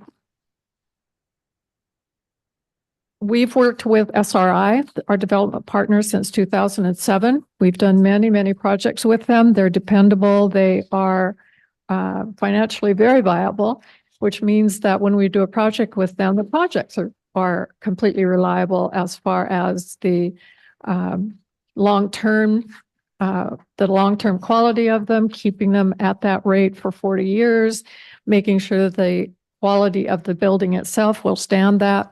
So we just have had a lot of experience adding affordable housing to communities.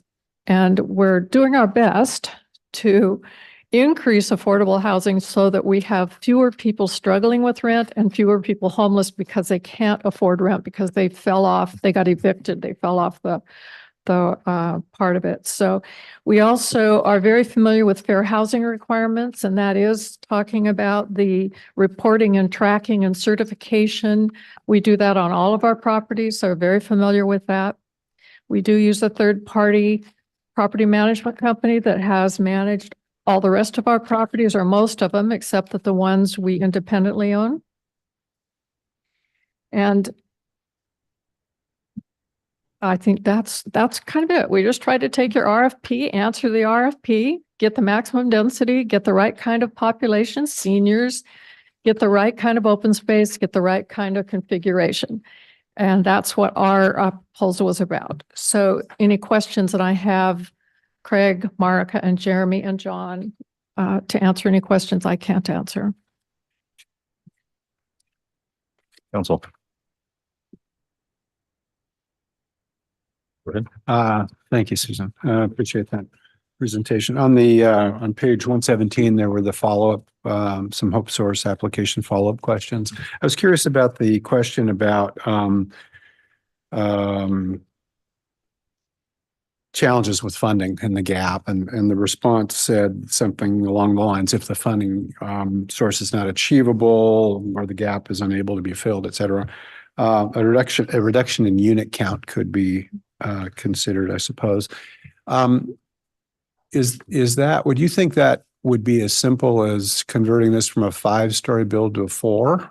I'm not sure how you would reduce units within the footprint as you depicted without literally reducing the floor count. Am I close to that? Marika, if you were on, if you could answer that design question, please. Yes, absolutely. Good evening, everybody. I'm Marika Moro-Catania. I'm with Dolan Architects and happy to be here to help answer any questions. And yes, as we talked about the design, so we've got basically a podium style building.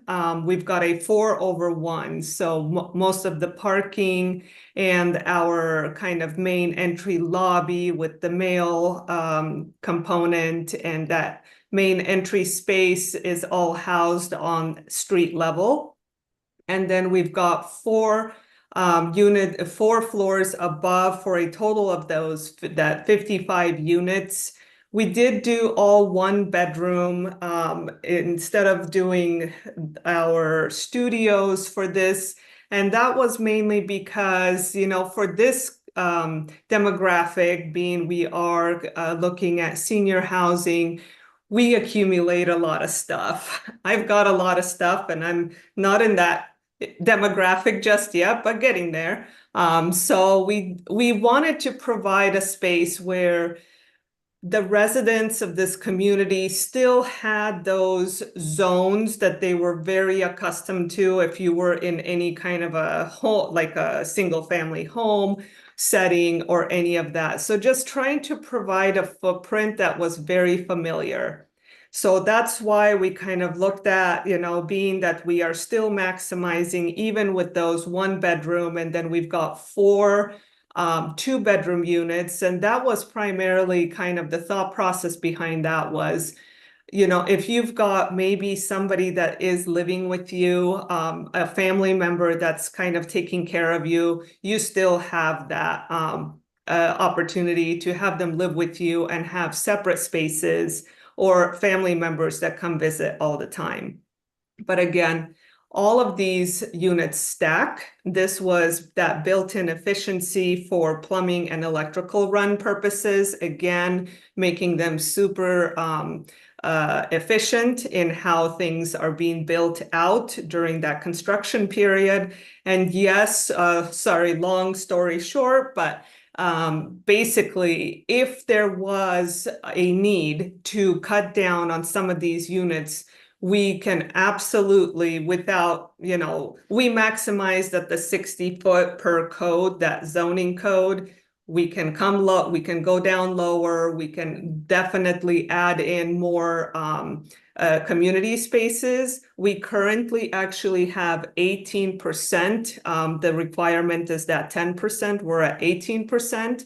Each floor represents a community space where it kind of is that hub for neighbors to just pause and chat. And it's also kind of, as we, progress thinking about the design down the road, this is a great way to also bring in character per floor. So each floor can kind of have its own identity. So when you're coming up on the elevator, you know exactly where you are. So again, universal design, aging in place, all those key elements that I think really enrich a build out like this for this type of design is so important to the residents that are going to live here. And those were all considerations that we were making. Thank you. Any other questions? Yeah. I was looking at the cost at $750 a square foot or $500,000 a unit. In my research on the cost of building apartments, it kind of comes in around $300 a square foot. Why are we $450 a square foot over kind of the average cost that's out there on the internet for 2024? Jeremy, this one's for you. Sure. Couple things. One, there is a state building code revision that hopefully you all are aware of, that's going to drive up a lot of the costs, make us much greener, which is great. But we're going to have to put in a lot more energy efficient systems. And this goes for both proposals. They both fall into this requirement under the state building code. So we actually have gone ahead and made those assumptions. I don't know if the other applicant did that or not for those additional costs. It's also we also weren't. There's a lot of information not known about the site. So our hope is, the way we approach things is to be honest and to put out a cost that we think is accurate, but also on the high end, in hopes that we could deliver it at a lower cost. And what I mean by that is there was not a lot of information on the site. There's not a geotech report. There's not an environmental report known. So we had to make assumptions about what is the existing conditions on the site. And we like to take the more conservative approach The hope is that we could, once we get that information, we could come back to you all and say like, great, it's going to cost a little bit less. But there's a national problem and definitely a problem in Washington State and locally that the cost to build housing is astronomically higher than the ability for residents to be able to pay rent. And so we were just trying to be honest about what it really costs to build this building, and to identify sources of financing that would help pay for that additional cost.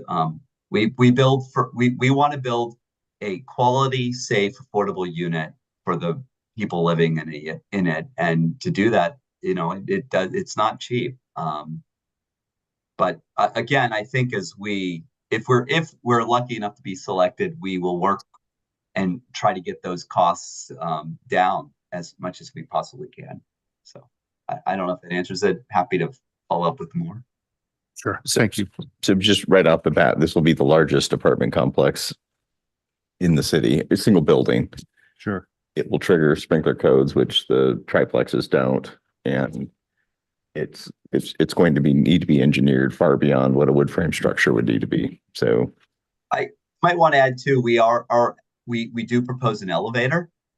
So we're proposing the maximum amount of accessibility that we can on this site. So even if every unit isn't meeting with ADA requirements, that they're at least visitable and habitable for everybody and with disabilities. And to follow up on that, just to clarify too, so the differences, we are definitely complying with code of what fully ADA units.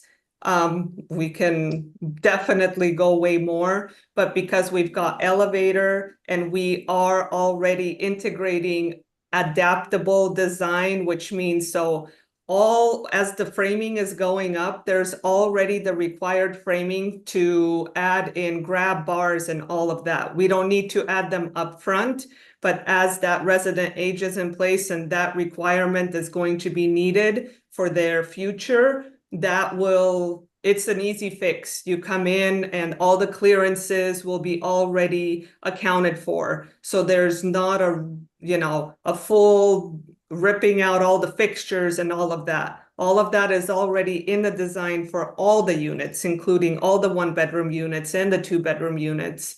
And it will be just a matter of adapting them by bringing in those grab bars and the rollout, if you need a rollout base cabinets and all of that. So that design has been that's what we're planning for all the units. Nancy Goodlow. Yes, actually, one of my questions was elevator, and I'm thrilled to hear that you're going to have one. A clarification question on the occupancy. Is it strictly for seniors? Or can a family move in, anybody move in?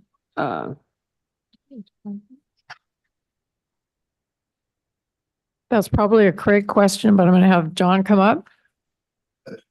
Well, we certainly want to be responsive to the RFP. The RFP really prioritized those populations. However, as long as you're at the AMR rates of 50% or 60% for this project is targeted, then individuals would be available and allowed to utilize the property.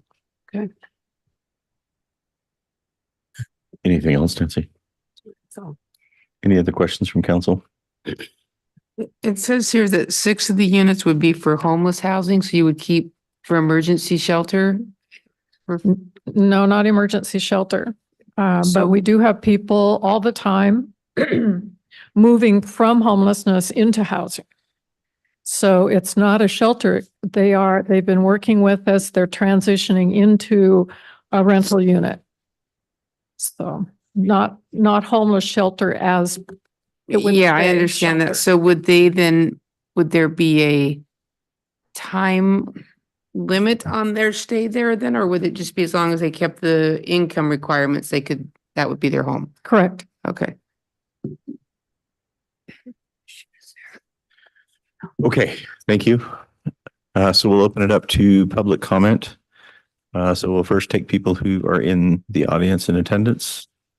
And there's a big rush. Is there anybody online? We have nobody online. So council, we have a suggested motion and action, and then apparently some options if we choose not to move forward in that direction. So looking for a motion to initiate the conversation. Really, the motion was to affirm the inversion design, is that right? The suggested motion is to authorize a preparation of a letter of intent to award the First and Pine City surplus property to Inversion Design Build. Make that motion. I'll second. We have a motion and second to authorize a letter of intent to award the surplus property at First and Pine to Inversion Design Build. Floor is open for discussion. Okay. I want to take a couple minutes to kind of talk about this. I sit on the Affordable Housing Commission, so I want to give everybody a little bit of backlog associated with discussion. It was very spirited, a lot of great dialogue associated with this conversation. So we're looking very high level at some of the points associated with this project. The Affordable Housing Commission is looking, one, to ensure that we get something out there rolling as far as addressing affordable housing. So we were looking at pros and cons for both of these options. And again, I want to thank both groups for being here and being representative. This is a great problem to have and to have the discussion to figure out what's the best solution. So with the inversion design build, if you're looking at page 55 and 56 of this, one of the big things that we talked about is the speed in which this project would be executed.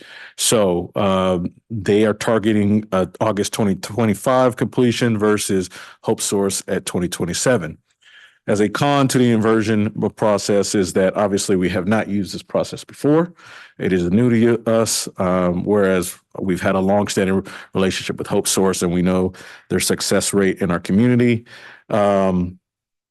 Nancy, you kind of talked about some of the concerns as far as affordability, especially when it comes to rental units, which is some valid points associated with that. Hope Source kind of addressed those as far as their targeted rent and mortgage rates that was also captured in here. Other component of this that we talked about is with the inversion, there are 36 units that we would get with this complex that would be, again, available in 2025 versus the 55 targeted with Hope Source. The other kind of dynamic aspect of this that we talked about was the conceptual schematic design associated with both of these. From Affordable Housing Commission standpoint, we were looking at what would be the community's reaction to affordable housing and the styling of it. Quite honestly, the inversion option looked more palatable, as though it looked like it fit within there as far as a typical residential style. But obviously you give up something in that, and that's the amount of units that you get associated with. With the design model that everybody sees on page 116, you have more of the block form. As Rich talked about, this would be the largest single building unit that we'd have in our community, which quite frankly, doesn't have any matching buildings right in immediate proximity, but we know that when you have a town that's developing, you're probably going to see more and more of these over time. The last aspect of this that we had as part of our conversation was the city requested fund and the inversion model. There is none, whereas the Hope Source, it would be the 1.5. I think as part of the decision and discussion that was had at Affordable Housing Commission, the thought process is that that 150, that's if we selected inversion, that 150 could 1.5 million, sorry, 150, 1.5 million would be used towards a future project. So the thought process would be, could you have a parallel project happening in a future along with this inversion project happening? So those are just discussion points. I think Lily talked about how that was passed. I I abstained on that simply because at the time I didn't have enough information associated with it. So I bring up all those points to just say there are some pros and cons with both of these. I guess the thing that I would say what's important to us is the same thing that Affordable Housing Commission talked about is how many units would be available? Is it going to be affordable, and how quickly could we get this completed so that we could start addressing needs? So I'll leave it there just so that everybody else can provide some comments. Yeah, I'll go ahead and add a couple to that. Some of the things that were just said, I agree with. I did look at fit in the neighborhood, which model do I think kind of represents the neighborhood and its aesthetic look. I definitely agree that the inversion plan does that. Council member Lilliquist brought up some very excellent questions about the cost. I've been sitting here churning on it. I think it was a very good comment. And the way I look at this is if the developer's building at 130 and they need to drop that price from 447 to 399 or 389 to make the numbers work, there's still ample room for profit. And I think when I talked about kind of the market in general, I think it would, because of the income restrictions, force the sale price down so that the corresponding rental units do fit in to the existing market. So I think that was a very excellent point. And I think for me, it was just shifting the burden to the developer to know that you can't market it above what the market can bear. So I thought that was a very excellent point. I've been sitting here and my little hamster's been running wild on that. So I think financially it can still work. It's just going to shift that cost down. I do worry about the 1.5. Just last Thursday, this council affirmed that we're going to be spending hundreds of thousands of dollars on a sleep center.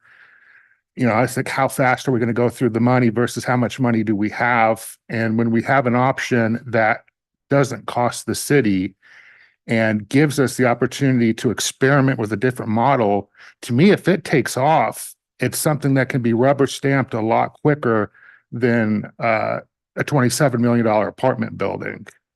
So those are kind of my comments and concerns on it. I'm just looking at the dollars, looking at the feasibility of inversion, the feasibility with the Hope Source apartments. We don't know because a lot of that funding sources aren't determined yet based upon the report. So we don't know, we really don't know when it would get done. I mean, there's always, both projects will have timelines that stretch. It always happens, but this one's, you know, potentially 2027 or further if those funding sources don't materialize.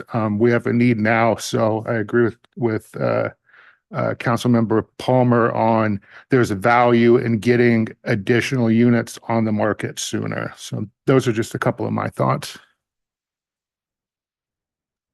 I can finish this side. That's apparently how we do it. Whatever Go ahead. your choice. Go for it. Yeah, this is interesting. I appreciate both presentations. I think we learned a bit more. I think I would just say, and I was one in the prior version of development on this side. I was one that was critical of the proposal to build a 4-story apartment without an elevator, among other things. And I favored a lower density footprint as well. Having said that, though, I think that the proposal brought forth by Hope Source, I can actually see that working. I think it's well thought out. I think it's quite innovative. And I think it is, in part, maybe it could be a step toward, I don't use the word redevelopment, but essentially development within that portion of the community. I think on the other side of the spectrum, I think the proposal is innovative. And I think we've been struggling as a community to find ways to fill that sort of missing middle. And this kind of heads in that direction a little bit, albeit at the 80% AMI.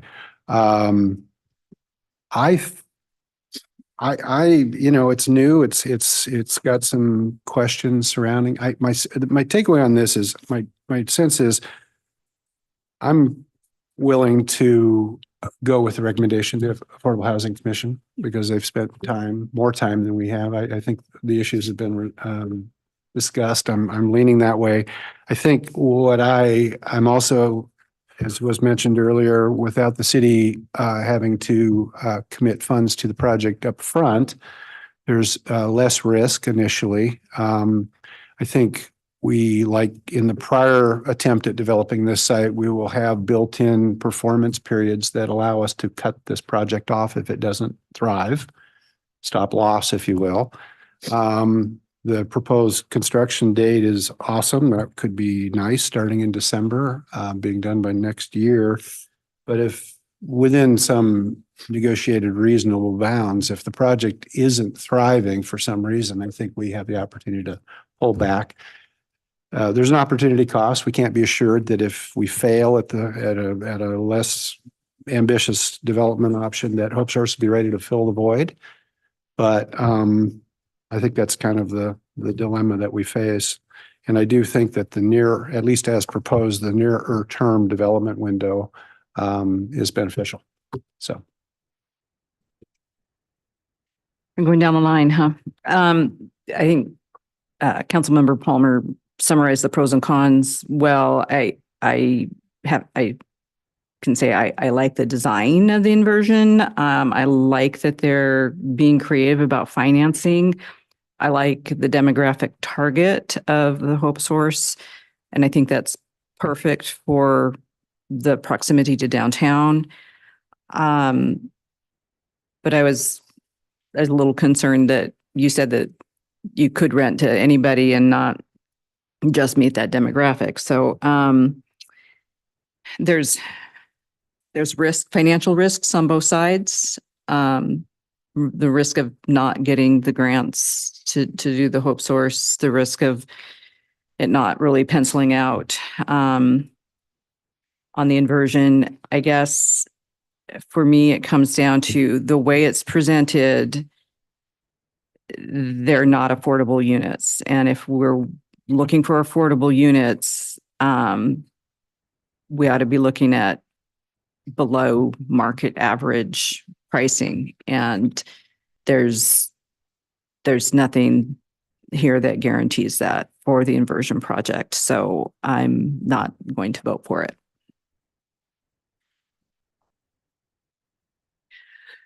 Well, I thank you, Councilmember Palmer, for the comparison. There are a lot of things about the inversion that I like, particularly that they have green space in their design. That's kind of offset in my head with the elevator access that we're seeing with Hope Source. I wondered if, Susan, if you wouldn't mind going back to the podium. I have a question. Can you give us a ballpark idea of what the rent would be for, say, a family with a couple of kids in that 2-bedroom apartment? Craig, I'm going to hand that one to you, please. Yeah, 2-bedroom rents are at the 50% AMI are around $1,000. If it's one of the 30% units, it would be less, more like $800. Okay, thank you. So that's for a family of 4 with 2 bedrooms. Yeah.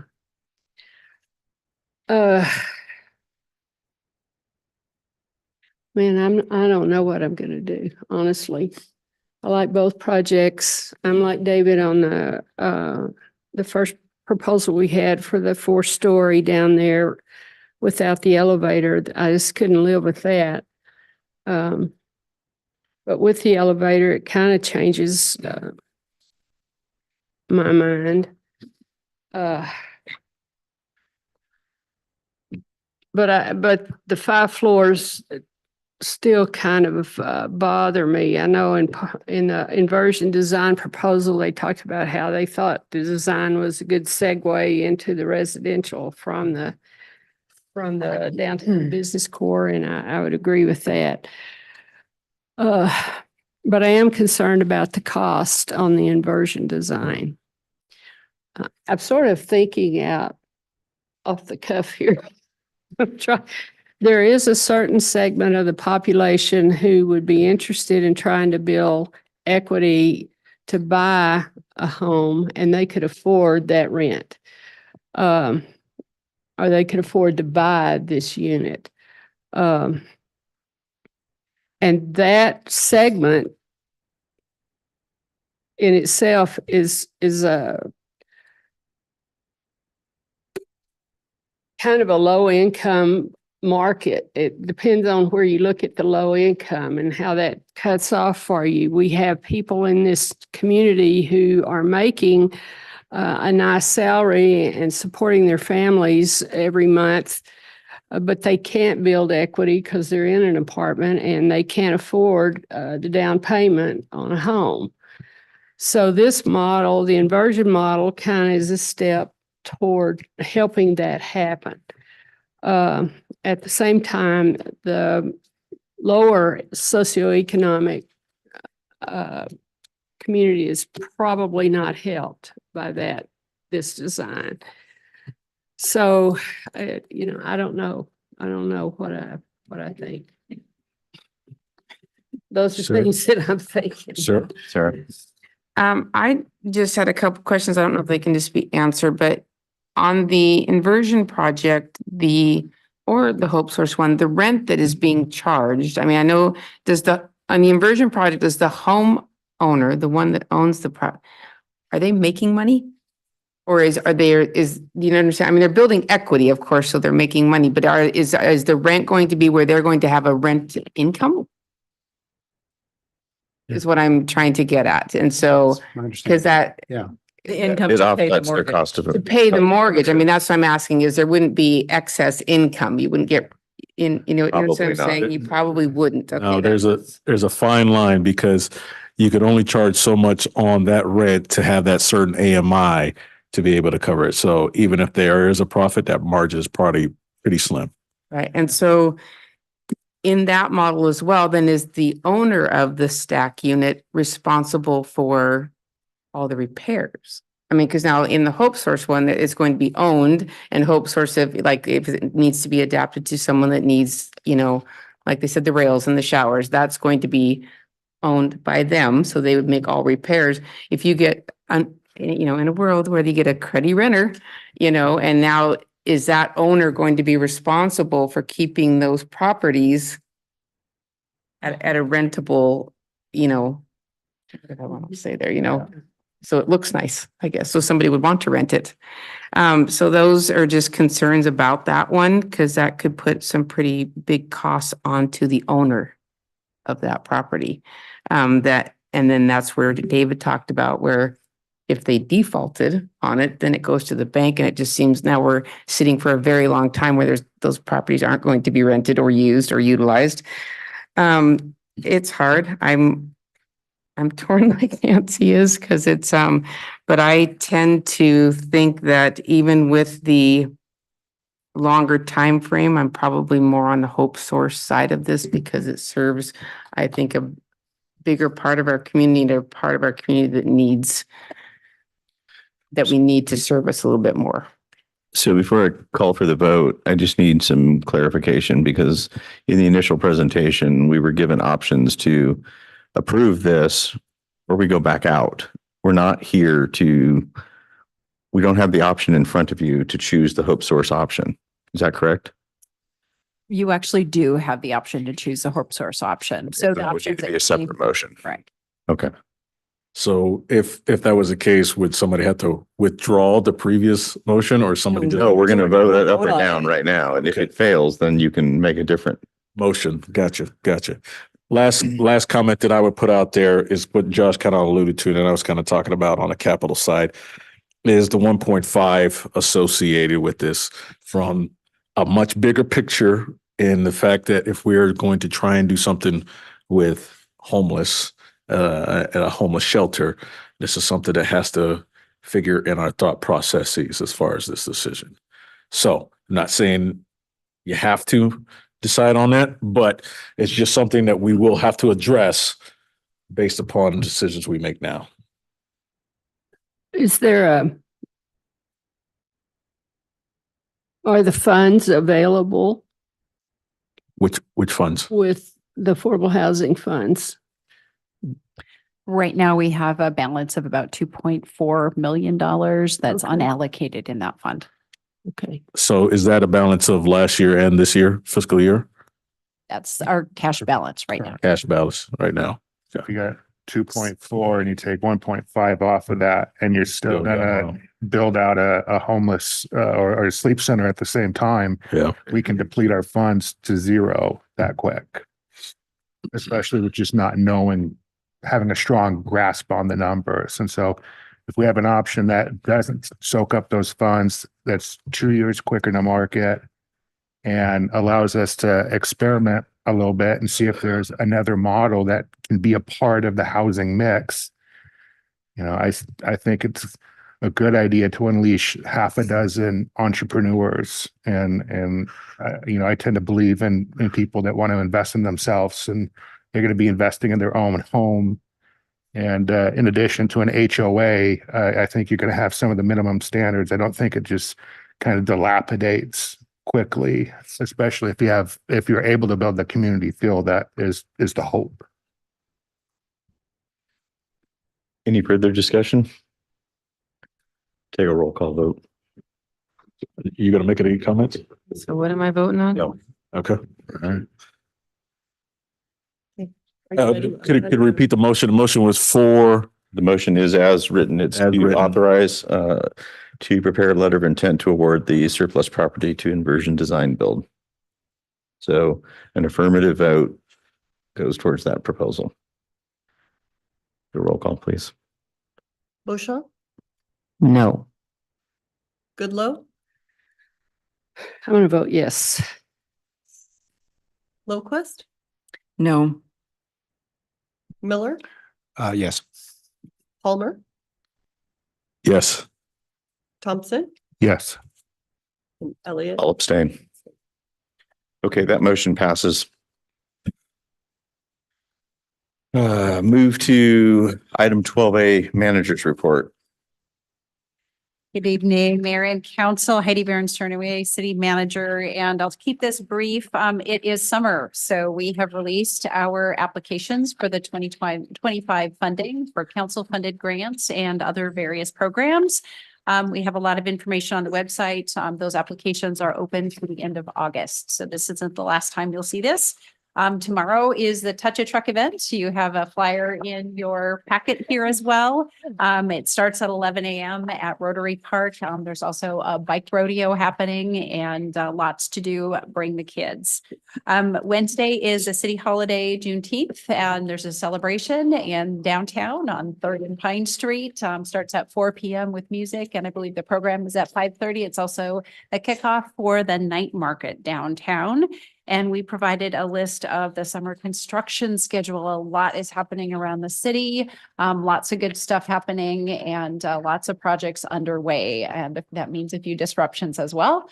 And also in your packet is a library schedule. Tomorrow night is also the kickoff for the summer reading programs at the library. So something else you can do tomorrow night in the downtown. And you have your passport for reading 3 books this summer, and you can get included for prize drawing. So turn those in at the library. They have more fun available too. And that's all I have tonight. Feels like subversive pressure by the library. Council member reports. Councilmember Goodlow.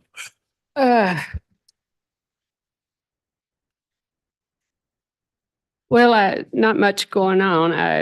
We did have a DEI commission meeting, and we're currently working on plans for our retreat in September. We have a couple of interviews coming up, one in June and one in July, I believe, with potential new members of the commission. Attended the joint city-county meeting.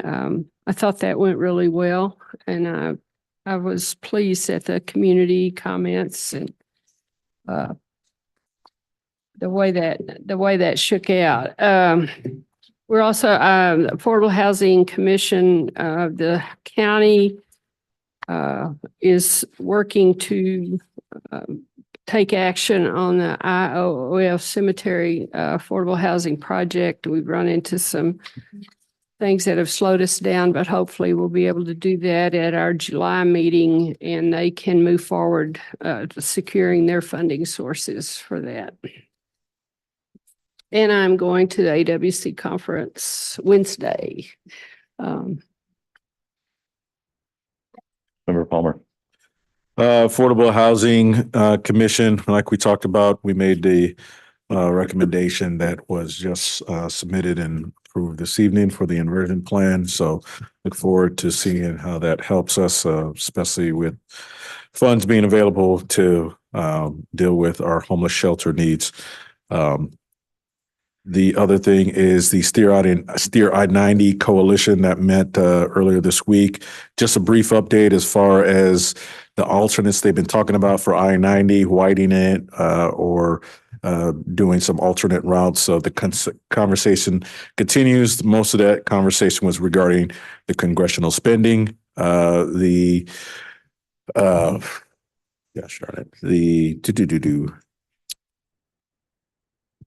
other committee, the Law and Justice Committee is going to be probably moved. It was going to be scheduled for the 19th, but do you know? Okay, never mind. So that's all. Councilmember Beauchamp. Okay, so Parks was canceled, so nothing to report there. KitCom majority was spent in executive session, so not much to report there. And then library, Heidi took all my thunder, so I had to. So you got your little passports and it's, so it is read 3 books, but it's also adventures. So you want to fill up your whole thing. So take a hike and read a book while you're sitting by the lake, take a ride on your bike and to the park and read your book. So they want to really get you moving and being outdoors along with reading. So they're pretty excited about this year's kickoff and really trying to promote the adult program. So not just the kids reading their books. That's all I got. If not, Josephine will run you down. Councilmember. That's good. Awesome. That's good.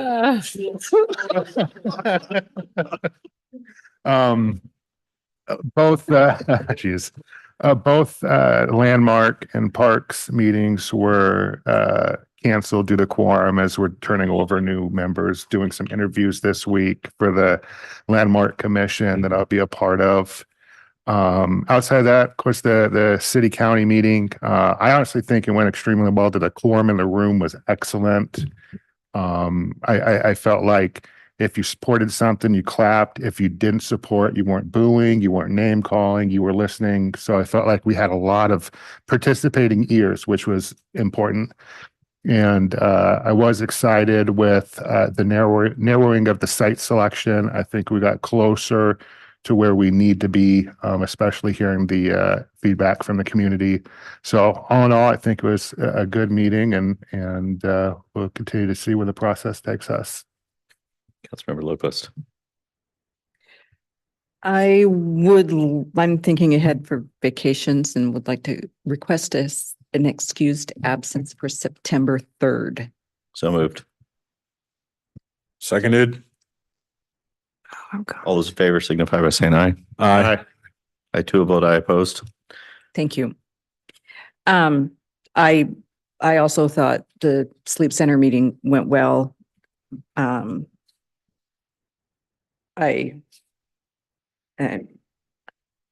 Just the different setting and the lights and apparently I was not speaking into my microphone well enough.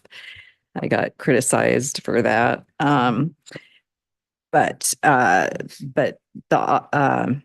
don't know if anyone changed their mind or softened their stance, but I thought it was a good dialogue for the community. I attended a Bowers Business Park Technical Advisory Committee, and we had a good discussion of what targeted business sectors we would like to attract and kind of where and how that would lay out and some of that stuff. So that is moving along and that plan should be ready in the fall. For For the Environmental Commission met, we're still looking at bicycle-friendly community ideas. And a couple of us attended the DEI Commission to get their input on the equity section of that application. So we'll keep moving on developing ideas and programs to go for gold at our next application. The BLM acquired some property down in the Yakima Canyon, and they are initiating some listening sessions. If anyone's interested, Wednesday, July 3rd, in the 11 to 1 at Umtanum and 5 to 7 at Big Pines. And then also later, September 21st, down at Canyon River Ranch. But you can also go online and look at what they're doing. But that's all I have. Councilmember Miller. Short report from me. So I was out of town 3 days last week, so my meetings and other things were pretty much a complete loss. Unfortunately, I missed the joint session with the county on the Sleep Center. I wish it sounded like a great meeting. Unfortunately, I had to be the featured speaker in an open house with 200 of my new friends at a project in Oregon, so I didn't get away scot-free.